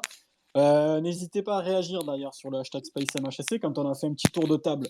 Je vais aller lire vos messages. Il y en a qui m'intéressent d'ailleurs, Livio, Riri, Lionel, il y en a, vous êtes plusieurs à réagir. Dans ce cas-là, Yannou, on dit quoi? On dit que on avait arrêté de jouer peut-être, mais est-ce qu'on n'était peut-être pas en train de verrouiller le score justement à ce moment-là du match? Si, Sachant c'est que tu ça la vois. tactique. C'est ça la Voilà. tactique en fait, c'est-à-dire que tu arrives à tenir jusqu'à la 60e à 1-0, c'est déjà, je suis d'accord avec vous, hein, Omlin il a sorti un grand match, donc on a joué, on a archi dominé les 20 premières minutes, après on s'est quand même fait dominer. Mais je pense que la tactique était bien parce qu'on arrivait à 60e, 65e avec deux types qui normalement qui vont vite, c'est-à-dire que Wai et c'est Sambia qui est rentré, je crois, en même Oui. temps. Et le match aurait été différent parce que Strasbourg aurait peut-être hésité à se projeter vraiment vers l'avant comme ils l'ont fait à 10. Parce que tu sais que Wai il pouvait, en contre, il te prend et ils auraient pris le second. Donc je pense vraiment que ça a changé totalement le cours du match. Même si tu es dominé, c'est pas grave. Il y a Livio qui relève un petit truc sympa via le hashtag SpaceMHC. Il dit il y avait de grandes chances que Wai en mette un en contre. Parlons des mauvais changements quand même. Pourquoi sortir Steffi et Flo? Livio, très très bonne question. Et c'est JB qui va rebondir sur ce que tu viens de dire. Et d'ailleurs, JB, tu peux nous dire ce que tu en penses aussi de l'arbitrage, de la décision. Je crois que tu es colère. Ouais, ouais, très colère. Non, mais déjà, ouais, c'est vrai que les changements, j'ai pas spécialement compris. Parce que c'est vrai qu'on n'a pas joué depuis 15 jours. Donc, quand t'as pas joué depuis 15 jours, tu es censé avoir du sang neuf et être frais. Et donc, du coup, moi, pour moi, si on aurait gardé Mavidi sur le terrain et qu'on aurait sorti Valère Germain et à la place de Wai, pour moi, il y avait carrément moyen de plier le match. Après, pour rebondir sur le match, faut pas oublier que Strasbourg, ils nous ont dominés, certes, mais Strasbourg n'a pas marqué dans ces temps forts. Et avant le carton rouge, je trouvais les Strasbourgeois un peu moins bien. Donc ça fait que avec Wai sur le terrain, je pense pas que ça aurait été pareil. Et comme l'a bien souligné Dadou, quand tu fais rentrer un joueur rapide, le bloc a tendance à reculer. Et je pense qu'avec Wai, on aurait pu faire très mal. Mais après, le problème, encore une fois, c'est que les gars, moi j'entends tout ce que vous dites, même sur le hashtag. j'entends quand on dit oui, Strasbourg dominé le match, d'accord, mais les gars, on est à l'extérieur. On va pas en foutre 4 comme à Brest tous les week-ends non plus. Hein, on est là, on revient défaite. Autant TJ, il avait barbecue la veille, machin, les gars. On n'avait pas de rythme, on n'a pas joué contre 3. On est là, on se retrouve à la Méno, il devait faire -2 au coup d'envoi. Exactement. Les mecs, il manquait peut-être un peu de jus aussi. Il faut pas croire qu'on va gagner 0-4 à l'extérieur à tous les matchs, les gars. Non, mais c'est Non, c'est surtout, ça, c'est c'est ça. surtout qu'il faut faire attention que ça faisait. Le dernier match qu'on avait joué, c'était en Coupe de France. Et peut-être que, après, on n'est pas joueur professionnel, mais j'imagine que la reprise, le fait de ne pas jouer, d'avoir ton match reporté, ça te coupe dans ton élan. Et derrière, il faut éviter aussi les blessures de reprise, et surtout quand tu joues 3 jours après contre 3. Exactement, Je exactement. pense Je que veux c'est dire, pas mal de faire tourner. donc je vais lire un petit peu les messages et puis on va passer à Enzo aussi qui a beaucoup de choses à nous dire ce soir. Il y a Flo qui dit l'assistant vidéo n'a pas trouvé les images. Donc moi, avec mon vieux stream du Bangladesh, j'ai vu un ralenti au bout de 10 secondes et j'ai vu qu'il n'y avait rien. Et avec eux, 12 écrans, ils n'ont pas trouvé la vidéo. On nous prend vraiment pour des cons. Non, c'est Moi, ça leur excuse? Ouais, ben ouais. En fait, l'excuse officielle d'Adou, c'est l'assistant vidéo n'a pas trouvé les images. Voilà. Alors écoutez les gars, moi je me tape je sais pas combien de matchs depuis 10 ans avec Eurosport dans un cas régie avec les mecs qui vous font les ralentis à côté, on a toutes les images, c'est impossible.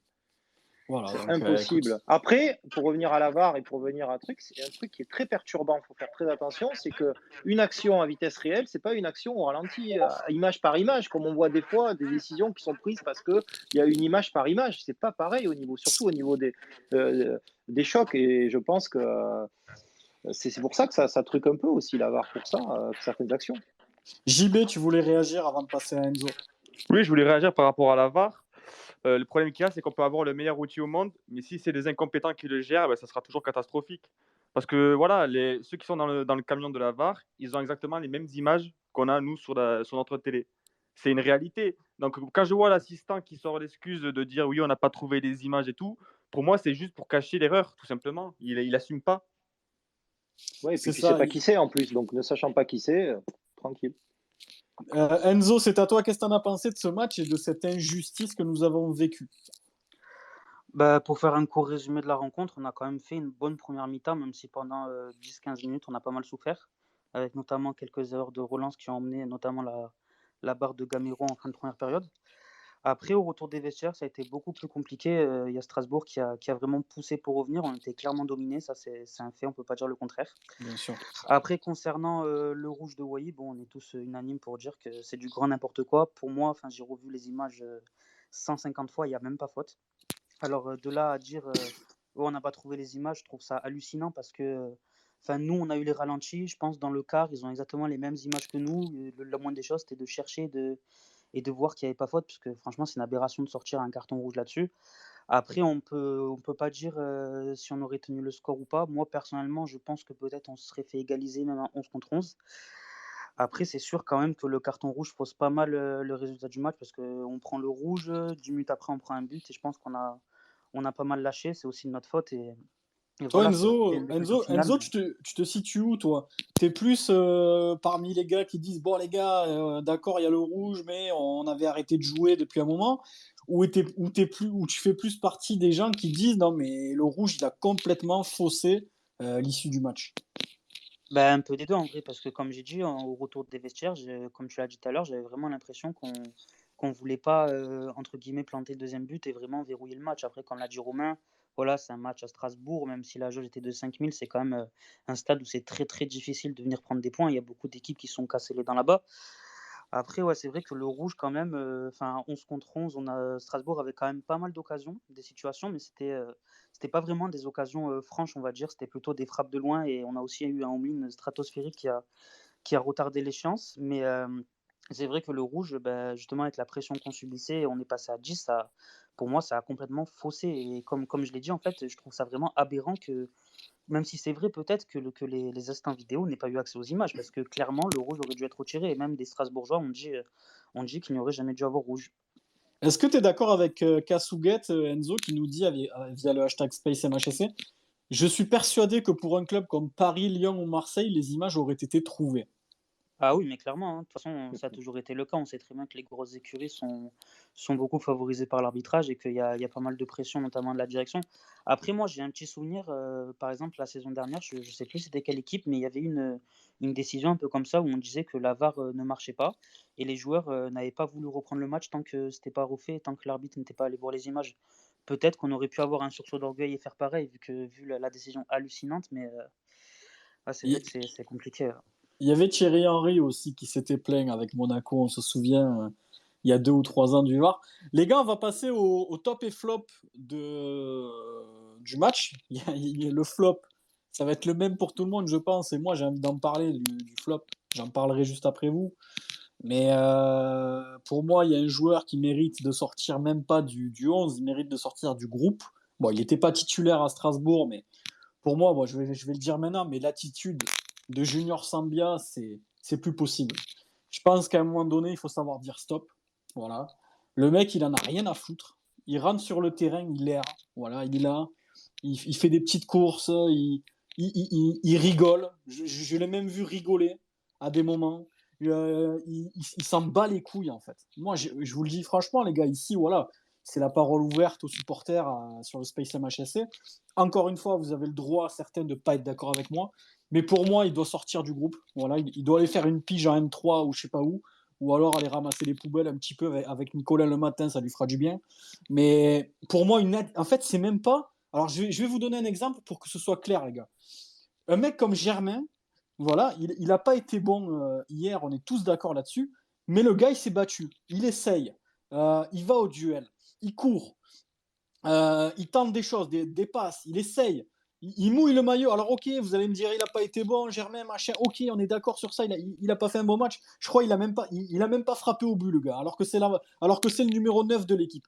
Mais l'attitude de Sambia, en fait, qui me dérange, c'est vraiment le mec, il rentre, il sourit, il rigole.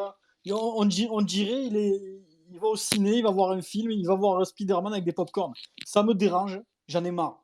Voilà, ce genre d'attitude contraire à l'esprit paillade, je veux plus le voir à Montpellier. Et cette attitude-là, on a beau me dire, ouais, alors j'ai entendu ça aussi il y a quelques semaines. D'ailleurs, je m'étais marré. Ouais, mais Mika, Sambia, il pense à son contrat, et il est en fin de contrat, il sait pas trop. Les gars, Mbappé, il est en fin de contrat, il met des doublés tous les week-ends. Alors, faut arrêter avec ça. Moi, les gars, bon, on va passer du coup, on va commencer par les flops si vous voulez. Moi, voilà, je veux plus voir cette attitude-là sur un terrain de football quand tu as le blason frappé du Montpellier Hérault sur le cœur. Je veux plus voir ça. Ça me dérange. Je suis catastrophé par cette attitude-là. Vraiment. On va passer à Romain, ton flop, poulet. Prends un verre d'eau. Prends un petit verre d'eau. Mais ouais, c'est vrai que. Tu vois, à la limite, je suis totalement d'accord avec toi. J'ai pas envie de fracasser un joueur pour le fracasser. Mais c'est juste que cette saison, pardon, c'est répétitif. Et quand tu vois une équipe qui se lève le cul, parce que cette année, je trouve qu'on a vraiment une équipe qui est ensemble, qui fait les efforts ensemble. Et pendant 1 heure, on a subi, on a couru partout, mais voilà, on se lève les fesses, comme on dit. Et quand tu vois la rentrée de Junior, en plus, Pascal Baye, il lui a donné une demi-heure. Alors, je sais pas qui c'est qui a fait les changements, il faudra en reparler aussi, parce que je suis pas forcément. On en a parlé d'ailleurs.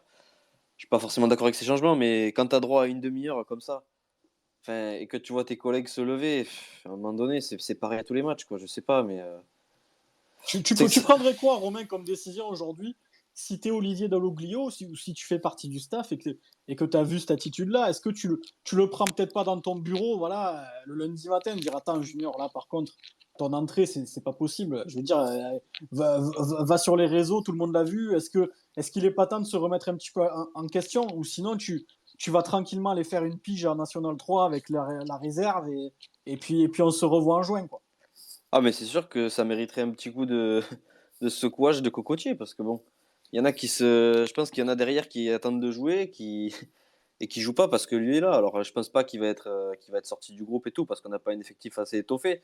Mais à un moment donné, quand tu fais mal ton travail, eh bien, viens de te le dire. Là, je pense qu'il va falloir faire quelque chose, parce que même s'il est en fin de contrat et qu'il veut s'en aller à la fin de saison, il reste encore 6 mois sous contrat avec nous. Et quand tu vois Ristich de l'autre côté, qui est encore 6 mois sous contrat et qui peut lui prétendre à essayer de trouver un club un peu sympa, et ben il se donne quand même pour nous. Il essaye bon, même s'il a une Coupe du Monde à chercher, Le mec, il fait sa meilleure saison, il est en train de se lever, quoi. Enfin, je veux dire, Sambia, il est à côté de la plaque complet.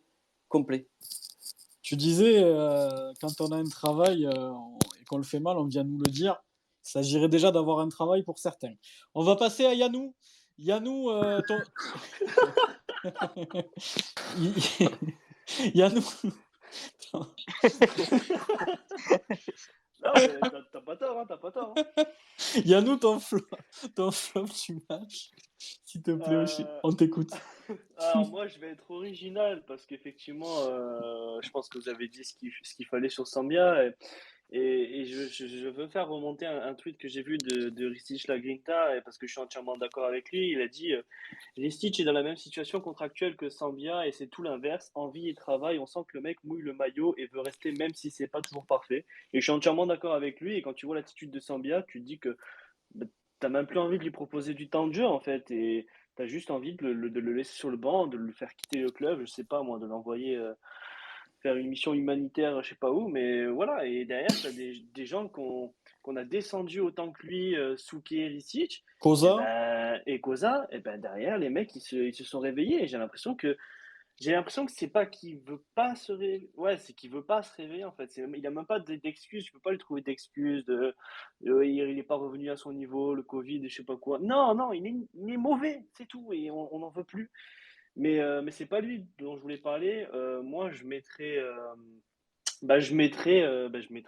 TJ Savanier en flop parce qu'il a eu autant de temps, de bonnes minutes que le club et il s'est effondré en même temps que tout le monde. Et je pense que, comme beaucoup l'ont souligné pendant le match sur Twitter, ce match-là, on avait besoin d'un cadre, on avait besoin de quelqu'un, on avait besoin de notre capitaine.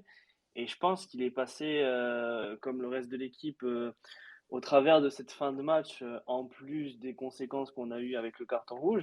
Et c'est dommage parce qu'il était dans une continuité, comme le reste de l'équipe. C'était une longue série incroyable et je l'ai trouvé. J'ai vu beaucoup de déchets techniques, beaucoup essayer de refaire la même chose. Et moi, j'ai été déçu et j'espère que tout le monde aura un soupçon d'orgueil et que ça va se remettre dès mercredi parce que ouais, j'ai été déçu. J'ai eu l'impression de retrouver un peu le TJ qui nous avait abandonné face à Rennes sans le carton rouge du coup. il y a Enzo qui voulait intervenir. Enzo, c'est à toi, poulet. Vas-y. Ouais, c'est juste pour répondre à Yannou. Je suis en partie d'accord avec ce qu'il a dit. Par contre, je le trouve un peu dur concernant TJ. Voilà, TJ, il est bon quand on a le ballon, quand on joue au foot. Enfin, même si on a quand même fait une bonne première mi-temps, là, c'était vraiment compliqué, surtout en deuxième période. On n'avait pas beaucoup de ballon, on avait beaucoup d'assauts contre nous et enfin, Savani ne pouvait pas faire grand-chose. Quand tu n'as Ouais, pas je le suis ballon, tu ne d'accord. peux pas forcément dicter le jeu. Il a Mais pris. il y a- c'est plus sur le en fait, c'est plus dans le sens où j'aurais aimé le voir pousser une grosse gueulante Ah oui, je suis et d'accord. essayer de réveiller tout le monde où là on l'a vu subir comme il y a- tous les autres et c'est ça qui est dommage. Il y a Christo qui était d'accord avec toi, Yannou, et juste avant que tu parles, il disait que vous avez pas pensé que vous avez pensé quoi de TJ Savanier, visage fermé, loin d'être dans son assiette dans le jeu. Il y a Christo aussi qui l'a remarqué. Il y a une petite stat qui nous est envoyée par PK Prono, les gars. Alors je vous l'envoie comme ça, hein, comme un cheveu dans la soupe. Sambia, 29 minutes, 2 ballons touchés, 2 ballons perdus. Voilà. Écoutez, c'est fantastique. On va passer à JB. JB, toi, ton flop du coup du match et vas-y, tu peux développer. Non, mais pour moi, mon flop, comme tu l'as dit, c'est Junior Sambia. Voilà. Parce que moi, j'ai critiqué Arnaud Souquet par rapport à son attitude. Mais quand tu vois Arnaud Souquet d'aujourd'hui, qui certes est limité techniquement, mais qui se bat sur le terrain comme un guerrier et qui est en concurrence directe avec Junior Sambia quand même, parce qu'il faut le rappeler, Souquet et Sambia, c'est des concurrents directs. Et quand tu vois Sambia rentrer, s'en foutre totalement du match, et c'est pas que depuis ce match-là, hein, c'est depuis le début de saison, à chaque fois qu'il joue ou qu'il rentre, c'est catastrophique. Donc à un moment donné, il y a un gros problème et je pense qu'il faut taper du poing sur la table parce que c'est pas normal à ce niveau d'avoir des joueurs qui s'en foutent totalement. Voilà, c'est tout simplement. Alors certes, c'est vrai qu'il va pas prolonger. Alors quand je vois l'excuse de oui, mais c'est par rapport à son niveau, il est nul par rapport à son contrat, mais c'est pas une excuse valable. Au contraire, il devrait se bouger, donner l'exemple pour pouvoir se vendre s'il a envie de partir. Mais moi, je suis d'accord avec toi. Moi, si je suis le coach actuellement du Montpellier Rouge, je ne le fais plus jamais jouer. Vous êtes beaucoup d'accord sur le hashtag SpaceMHSC. N'hésitez pas à réagir, les gars. Il y a Lionel qui dit il sent bien toujours autant les couilles. Il sent bien toujours autant les couilles, autant pour moi. Dadou, toi, on peut te poser la question aussi. Je sais pas si tu as vu le match hier. Bien L'attitude de sûr. Sambia est dérangeante. Au-delà de, voilà, tu peux, comme je disais, tu peux rater des choses. Quand tu es footballeur, ça arrive à tout le monde et même aux meilleurs. Mm. Mais c'est plus dans l'attitude que c'est gênant. Donc, dans l'attitude, après, il rentre. 1 minute après, il y a Wai qui est sorti.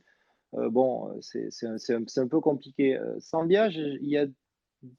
Alors, je vais pas le défendre, mais il y a 2 trucs qui peuvent rentrer en compte, hein, j'en sais rien, mais déjà que ça fait combien de saisons qu'il jouait arrière droit? Ça faisait un paquet de temps. Là, on le fait rentrer, il joue un peu plus offensif sous Dalloglio, puisque Souquet a repris sa place. Donc, est-ce que ça le perturbe pas aussi au niveau de sa façon de jouer? Parce qu'on l'a demandé de jouer différemment depuis 2 ans sous Derzac. Ensuite, est-ce que, alors je ne sais pas trop, mais cette maladie, est-ce que le Covid, surtout quand tu as été en réa, intubé, tout ça, est-ce que tu n'as pas, quand tu es un sportif de haut niveau, des répercussions plus tard, qui des fois, tu n'arrives plus à. Des fois, ben, tu as ton corps qui ne suit pas, peut-être, et que justement, il a perdu là-dedans, même s'il est jeune. Je ne sais pas. Ensuite, je pense que le contrat, ça ne rentre pas en compte, hein. Moi, je pense que justement, si en plus tu n'es pas prolongé, tu n'as qu'une envie, c'est de te défoncer pour montrer que tu peux aller jouer ailleurs, si ce que vous dites est vrai. Ça a été dit dans certains médias, oui. Donc justement, non, ça, je pense que ça rentre pas en compte. Et puis, je pense que maintenant, un joueur professionnel, quand il joue à fond. Non, ça, non. Après, est-ce qu'on n'a pas connu un Sambia peut-être meilleur avant et qui était déjà à son meilleur niveau et que finalement, il arrive du mal à concrétiser. Je sais pas. Après, c'est particulier. C'est vraiment quand même un match qui a été pourri justement par l'arbitrage. Vous parliez de Germain tout à l'heure. Est-ce que Germain justement a joué il a été esselé quand même un peu, même s'il y avait Mavidi à côté, mais c'était particulier. On a subi pendant 40 minutes, un peu, de la 20e, on va dire, jusqu'au carton. C'était bizarre comme match où on subissait un peu plus. Mais et est-ce que Germain, justement, avec un Wai à côté, on sait que Germain, il aime bien aussi, il fait aussi bien jouer les autres devant. Est-ce qu'en contre, c'était pas un peu mieux pour lui avec quelqu'un à côté? Donc après, derrière, tu es tout seul devant, tu peux rien faire. T'en penses quoi, Je sais Enzo, pas. tout ça et ton flop à toi, mon poulet?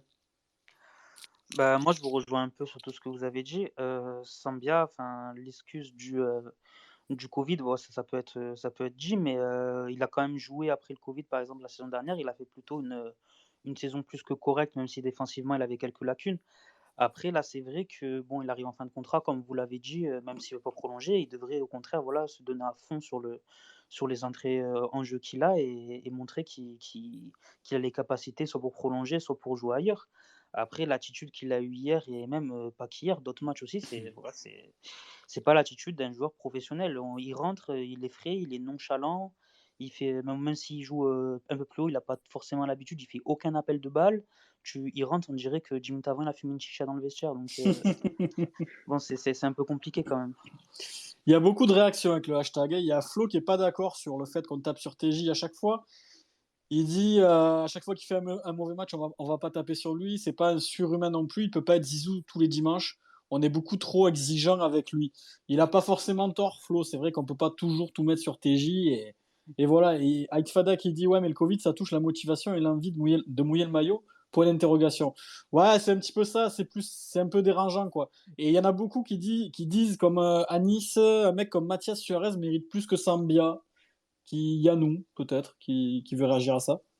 Ouais, c'était pour redire ce que j'ai répondu à Flo, effectivement. Parce que en parlant de TJ, ce que j'ai voulu faire remonter, et c'est ce que j'ai dit à Enzo tout à l'heure, c'est surtout l'absence pas sur ses performances personnelles, mais c'est l'absence de quelqu'un qui se met à gueuler sur le terrain en mode bon les gars, il y a un truc qui va pas, on est en train de mener un 0, faut pas qu'on perde de ballon et je l'ai pas vu dans ce sens-là et c'est ce que j'ai manqué en fait. C'est le capitaine qui m'a manqué plus que le joueur au final, parce qu'après le joueur il a fait comme il a pu faire, quoi. Romain, tu voulais réagir à ce que disait Yannou. Ouais, ben, en vrai, s'il y a bien quelque chose où on a failli hier, c'est dans les leaders, je trouve qu'on n'a pas été présent, ouais, comme il a dit. On n'a pas su casser les vagues strasbourgeoises et à un moment donné dire stop, on reprend le ballon ou je sais pas, on remonte parce que c'est vrai que même avant le carton rouge, on recule et puis on est dans nos barres, quoi. JB aussi, tu voulais réagir. Ouais, je voulais réagir par rapport à ce que vient de dire Yannou. Alors, c'est vrai qu'hier, Savani, on l'a vu un peu en dedans, notamment voilà, au niveau du Capitana. Mais après, on a une équipe qui d'habitude, voilà, on a des cadres qui gueulent d'habitude, que ce soit Sako, Ferry, même Mollet, voilà.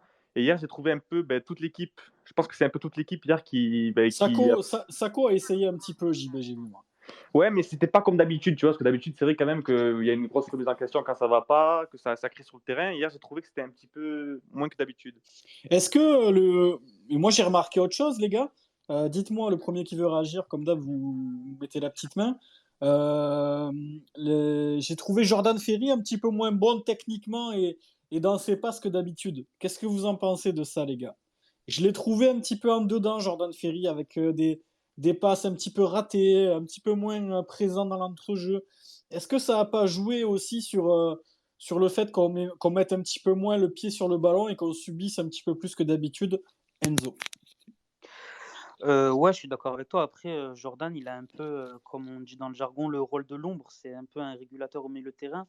Et c'est vrai que, juste pour rejoindre ce que Yann nous disait, pour le capitana de Savanier, Ferry, c'est quand même un leader. Et hier, on l'a pas vu vraiment motiver ses coéquipiers, etc. Après, sur le fait qu'on ait été dominé par Strasbourg en début de seconde période, j'ai trouvé Ferry un peu en dedans aussi. Il faisait pas les mêmes courses que d'habitude. Il proposait pas autant. Des fois, par exemple, à la Mousson, quand on fait des bons matchs, on le voit beaucoup redescendre pour suppléer la défense centrale. Hier soir, j'ai pas eu l'impression qu'il a beaucoup fait. On va passer au top, les gars. On va passer au top. Et bon, j'ai démarré, je vais démarrer aussi. Moi, je mettrais. Alors, les gars, moi, je trouve que Ristic a fait un très bon match, je suis d'accord aussi. Mais moi, je suis un petit peu gêné de ce genre de joueurs qui se réveillent à 6 mois de la fin de leur contrat. Alors, c'est un petit peu ce qu'on reproche à Sambia, c'est un petit peu le serpent qui se mord la queue, mais le mec, on a l'impression que ça y est, il est déter. Alors, il est très bon et on est très content de son apport. Mais j'ai envie plutôt de féliciter Joris Chotard, que je trouve, voilà, encore une fois, il se bagarre au milieu, il est souvent là à couper les actions. Je trouve qu'il est dans l'implication et dans l'agressivité. Je trouve il a gagné énormément cette saison. Et j'avais envie de le souligner. Voilà, il était un petit peu dans ma tête en balance avec Ristic. J'ai plutôt opté pour Joris Chotard en top. Voilà, et puis après, voilà, le top il s'arrête à la 60e parce qu'après le match il est complètement faussé. On va passer à Romain, ton top du match d'hier. Alors moi, je vais mettre Omlin parce qu'il m'a impressionné. Il a fait des bons arrêts. Il nous a bien maintenus dans le match. Et cette saison, quand j'ai Omlin dans les barres, je suis rassuré. Enfin, il me rassure par son jeu, quoi, tout simplement. Ce qu'il faisait moins avant. Et voilà, cette année, il a un très très bon niveau, je trouve. Et ouais, hier, il a été très bon, à mon avis. Peut-être le jeu au pied, Romain, qui est un petit peu moyen. Le jeu au pied un peu moyen, mais ça, on n'est plus étonné avec lui. Voilà, c'est pas sa grande qualité. Mais hier, voilà, il te sort des gros arrêts Ouais. et en première mi-temps, tu peux vite être à un partout, quoi. Yannou, tu voulais réagir par rapport à Jonas Omlin. Ouais, et je voulais juste rajouter encore que Oblin s'est quand même pas mal amélioré sur ce jeu au pied, même si c'est pas encore sa grosse qualité, mais il s'est quand même amélioré. Je pense on lui a dit, je sais Il en plus a si. fait une petite hier, quand même, Yannou, hein, en première Ouais, mi-temps. il en a fait une petite, mais avant, c'était 3, 4, 5 par match, et là, c'est déjà un peu moins, donc c'est déjà un peu mieux. On lui a fait remarquer, on lui a fait remarquer et il a pris le problème au sérieux, et même si c'est pas sa grande qualité, c'est déjà un peu mieux, et du coup, oui, effectivement, c'est plus rassurant, et ça faisait longtemps qu'on tremble plus autant quand le ballon arrive dans nos Du coup, camps, quoi. est-ce que tu as un autre top, Yannou, à nous dire? Moi, je suis d'accord avec toi sur Chotard. Il est dans une dimension actuellement, il est dans une bulle, c'est incroyable et ça fait très plaisir d'avoir ce genre de joueur. Mais moi, j'aurais dit Omlin aussi, mais je vais mettre Ristic parce qu'il te sort 2 passes lunaires que j'ai partagées d'ailleurs. Ouais, L'une qui exceptionnel. amène le but de Mollet, et l'autre qui aurait pu être un but de Germain, si je me trompe pas, si Cels Je la crois que c'est capte pas. Mollet aussi qui fait la tête, il me semble. Ouais, ouais, il me semble que c'est l'un ou l'autre, mais je l'ai trouvé bon, et ces 2 passes ont été incroyables. Du coup, voilà, il revient de très très loin. Il y a Rida qui nous dit, moi je pense que le match reporté contre 3 a complètement cassé notre rythme et c'est peut-être pour ça que l'équipe avait l'air différente hier. Moi j'ai tendance à être d'accord avec lui. Il y a Livio qui nous dit, Ristic a eu un électrochoc avec la qualif de la Serbie à la Coupe du Monde. Il performe aussi pour jouer la Coupe du Monde, je pense. Ouais, mais tu vois, Livio, c'est ce qui me gêne un petit peu, moi. C'est les mecs qui performent parce qu'il y a un intérêt derrière. Et bon, c'est les gens enfin les joueurs qui prennent un petit peu les matchs à la carte comme ça, c'est pas trop ma tasse de thé personnellement. JB, ton top d'hier, moi, on pourrait parler aussi un petit peu de Florent Mollet, je trouve qui a été décisif et qui a été dans les bons coups, même si on en a eu pas beaucoup des bons coups. Bah écoute, t'es visionnaire parce que j'allais mettre justement Ah. Mollet. Je te connais. Non, je l'ai trouvé vraiment très bon hier, que ce soit dans la transition, techniquement et dans la vista, il était vraiment pas mal du tout. Et puis il met un but qui quand même est pas évident à mettre. Puis je voulais souligner aussi son attitude depuis le début de saison. Faut pas oublier qu'il joue pas à son poste, voilà, il joue ailier, alors que de base c'est un numéro 10. Et quand tu vois qu'en début de saison, on te change de poste parce que tu as un joueur qui est meilleur que toi, il aurait pu faire la gueule, bouder dans son coin et pas du tout rentrer dans l'équipe. C'est Et ce que tu aurais finalement, fait, toi, JB. Tu aurais boudé dans ton coin, je te connais. ah oui, oui, absolument.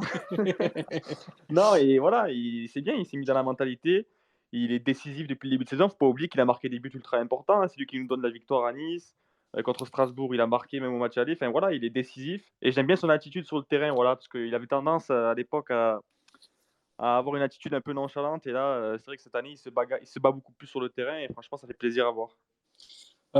Enzo, toi, ton top, mon poulet. On a perdu Dadou. Je sais pas s'il est parti, s'il avait une occupation. En tout cas, on va le remercier, les gars, Dadou, d'être venu avec nous. Merci beaucoup, Dadou. C'était un réel plaisir de t'avoir avec nous et tu nous as vraiment régalé avec les anecdotes. Et on espère vraiment, vraiment, vraiment que tu reviendras nous voir très, très vite. Enzo, ton top d'hier. Ouais, du coup, vous avez dit un peu les deux tops que je voulais dire, à savoir Ristic et Omlin, mais je vais aussi souligner l'attitude et la performance, encore une fois, d'Arnaud Souquet. Cette saison, j'ai vraiment l'impression qu'il est transformé sous Olivier Dalloglio. C'est redevenu voilà, le défenseur solide qui laisse peu de brèches dans son couloir. C'est vrai qu'avec Derzac, il avait un peu un rôle quand il jouait, parce qu'il était en concurrence avec Jean Sambia, mais des fois, quand il jouait dans le système à 3 défenseurs, on le voyait bon défensivement, mais pas trop offensivement. Là, franchement, même dans la défense à 4, il est très très bon cette saison. Il fait pas mal d'appels dans la profondeur aussi pour dédoubler lors de nos attaques. Franchement, je le trouve vraiment vraiment solide cette saison et je suis vraiment heureux de le trouver à ce niveau. J'ai l'impression qu'il est en train de retrouver un peu le niveau qu'il avait avec Nice à l'époque. Donc voilà, c'est un bon point à souligner, je pense.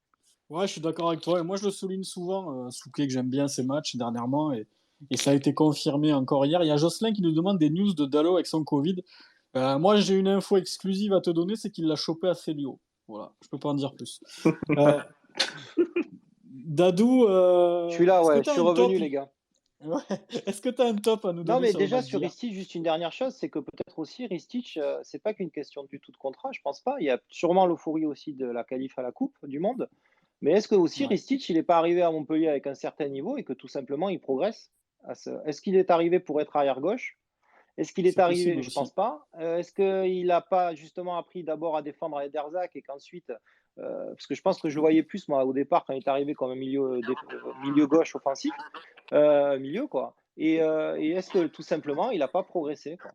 Est-ce que ça y est Ouais, maintenant? totalement d'accord Bah avec toi, ouais, et Dalou. donc il a appris à défendre, parce que je trouvais que c'était un peu ce qui lui manquait au début. Techniquement, on a vu que c'était un mec qui avait du ballon, c'est magnifique quand il touche la balle, voilà, hein, c'est joli. En plus, il a une grosse frappe et il joue et en plus quand il se projette, je trouve qu'il joue plus simplement maintenant, qu'il cherche plus les attaquants qu'avant, il dribble moins.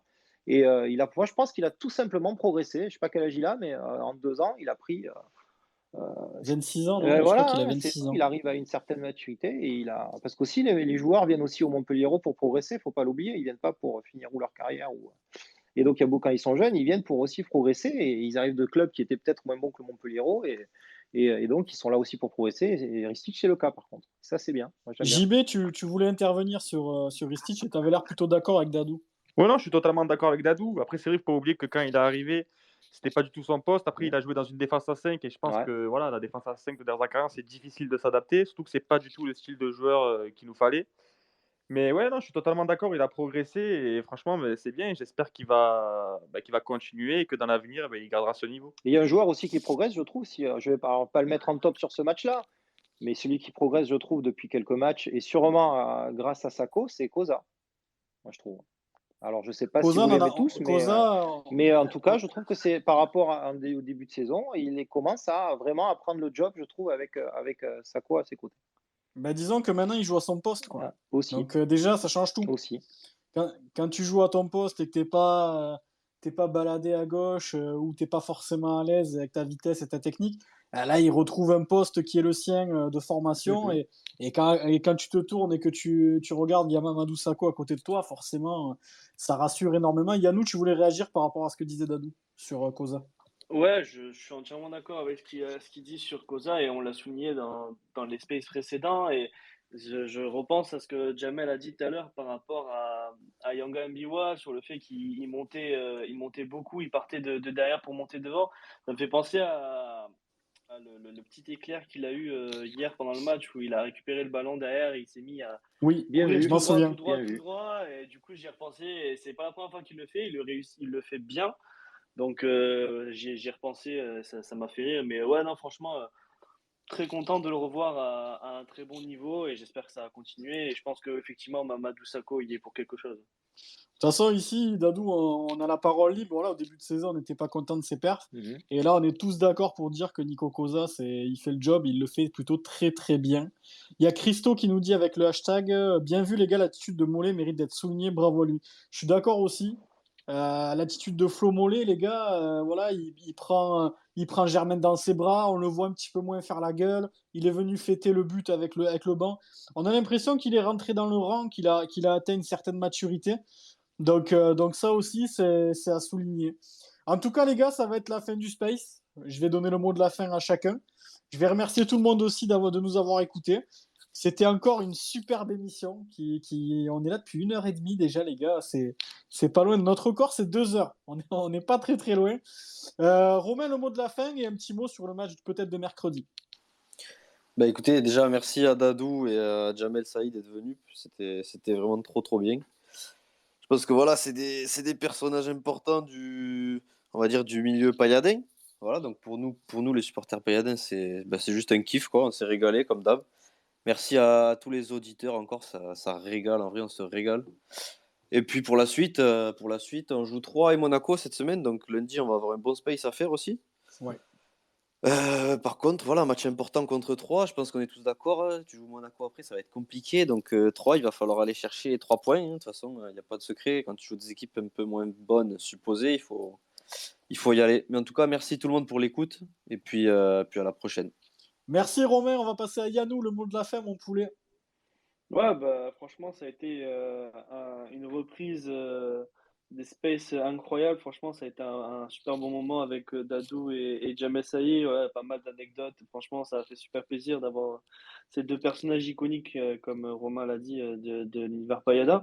Et bah, j'espère qu'on va faire un très bon match contre Troyes. On a contre Monaco aussi, je repense à la désillusion à l'extérieur au Du match match aller. aller. Ouais, donc j'espère, voilà, on va être à la Mosson, même s'il y aura peu de personnes. J'espère que vraiment on va pouvoir enchaîner et je crois en l'équipe. Je sais qu'en Montpellier, on est capable du meilleur comme le pire. Donc je sais qu'ils vont se réveiller, je sais que ça va être bien et je pense qu'on peut faire de belles choses, mais priorité sur le match de 3. Merci Yannou, merci mon poulet. On va passer à JB. JB, ton mot de la fin. Et ce match de 3 qui se profile, qu'est-ce que t'en penses? Est-ce qu'on va gagner et se relancer dès mercredi pour toi? Oui, bah, je pense que ça va être un match très important pour la suite de la saison. Après, c'est à nous de ne pas faire les cons, à nous de mettre de l'intensité et à nous de renverser cette équipe de 3. On en a les moyens. Et si on joue comme on sait le faire, je pense qu'il n'y aura pas de problème à ce niveau. Voilà. Après, je voulais remercier Jamel Saïd et Dadou d'avoir répondu favorablement à l'invitation. Voilà, Dadou qui nous a fait le dessin, qui nous a régalé avec son dessin. Et merci à toi d'être venu. Merci à vous. Et, et merci à tout le monde de nous écouter chaque lundi. C'est un réel plaisir de faire le Space MHSC. J'espère que ça continuera très très longtemps. Merci JB, c'est vrai que le dessin il est incroyable. Moi je crois que je vais le faire encadrer, enfin je vais faire un truc parce il est splendide et ça régale. Et puis c'est vrai que vous êtes de plus en plus nombreux tous les lundis à nous écouter. Et c'est vraiment un réel plaisir. Enzo, le mot de la fin, mon poulet. Ouais, bah déjà, merci beaucoup à Jamel Saïd et à Dadou d'être venus nous voir ce soir. C'était un plaisir, comme vous l'avez tous dit un peu. Je tenais vraiment beaucoup à remercier Dadou aussi pour le magnifique dessin qu'il nous a fait. Vraiment, me faire dessiner par Dadou, c'est vraiment inespéré et je suis vraiment heureux. Je vais plus me laver. Je te dessinerai un jour, poulet, mais tu verras, ça rendra Ah, moins bien. non, mais un jour, est-ce que vous allez faire par contre chacun, là, tu rigoles, mais vous allez tous dessiner un Nicolin et vous allez le poster sur le Space Mesh MHS pour voir ce que vous On allez le en fera. dessin. Si vous êtes aussi bon pour dessiner que. Chiche. Allez, Promis, Dadou, Allez. on le allez, fera. obligé. Avec une connerie et tout, Le, hein. Vous écrivez une connerie et tout. le pari est lancé, Allez, on fait voilà, ça Paris lancé. cette semaine. Allez, Et on se réunira avant et on le postera cette Ah, semaine, mais c'est chacun le promis. sien, hein. Ne commence pas à faire genre, toi tu Ouais, dessines. non, Chacun le sien. chacun le sien. Ah ouais, J'ai chacun déjà ma pour sa petite peau. idée déjà. Chacun le sien.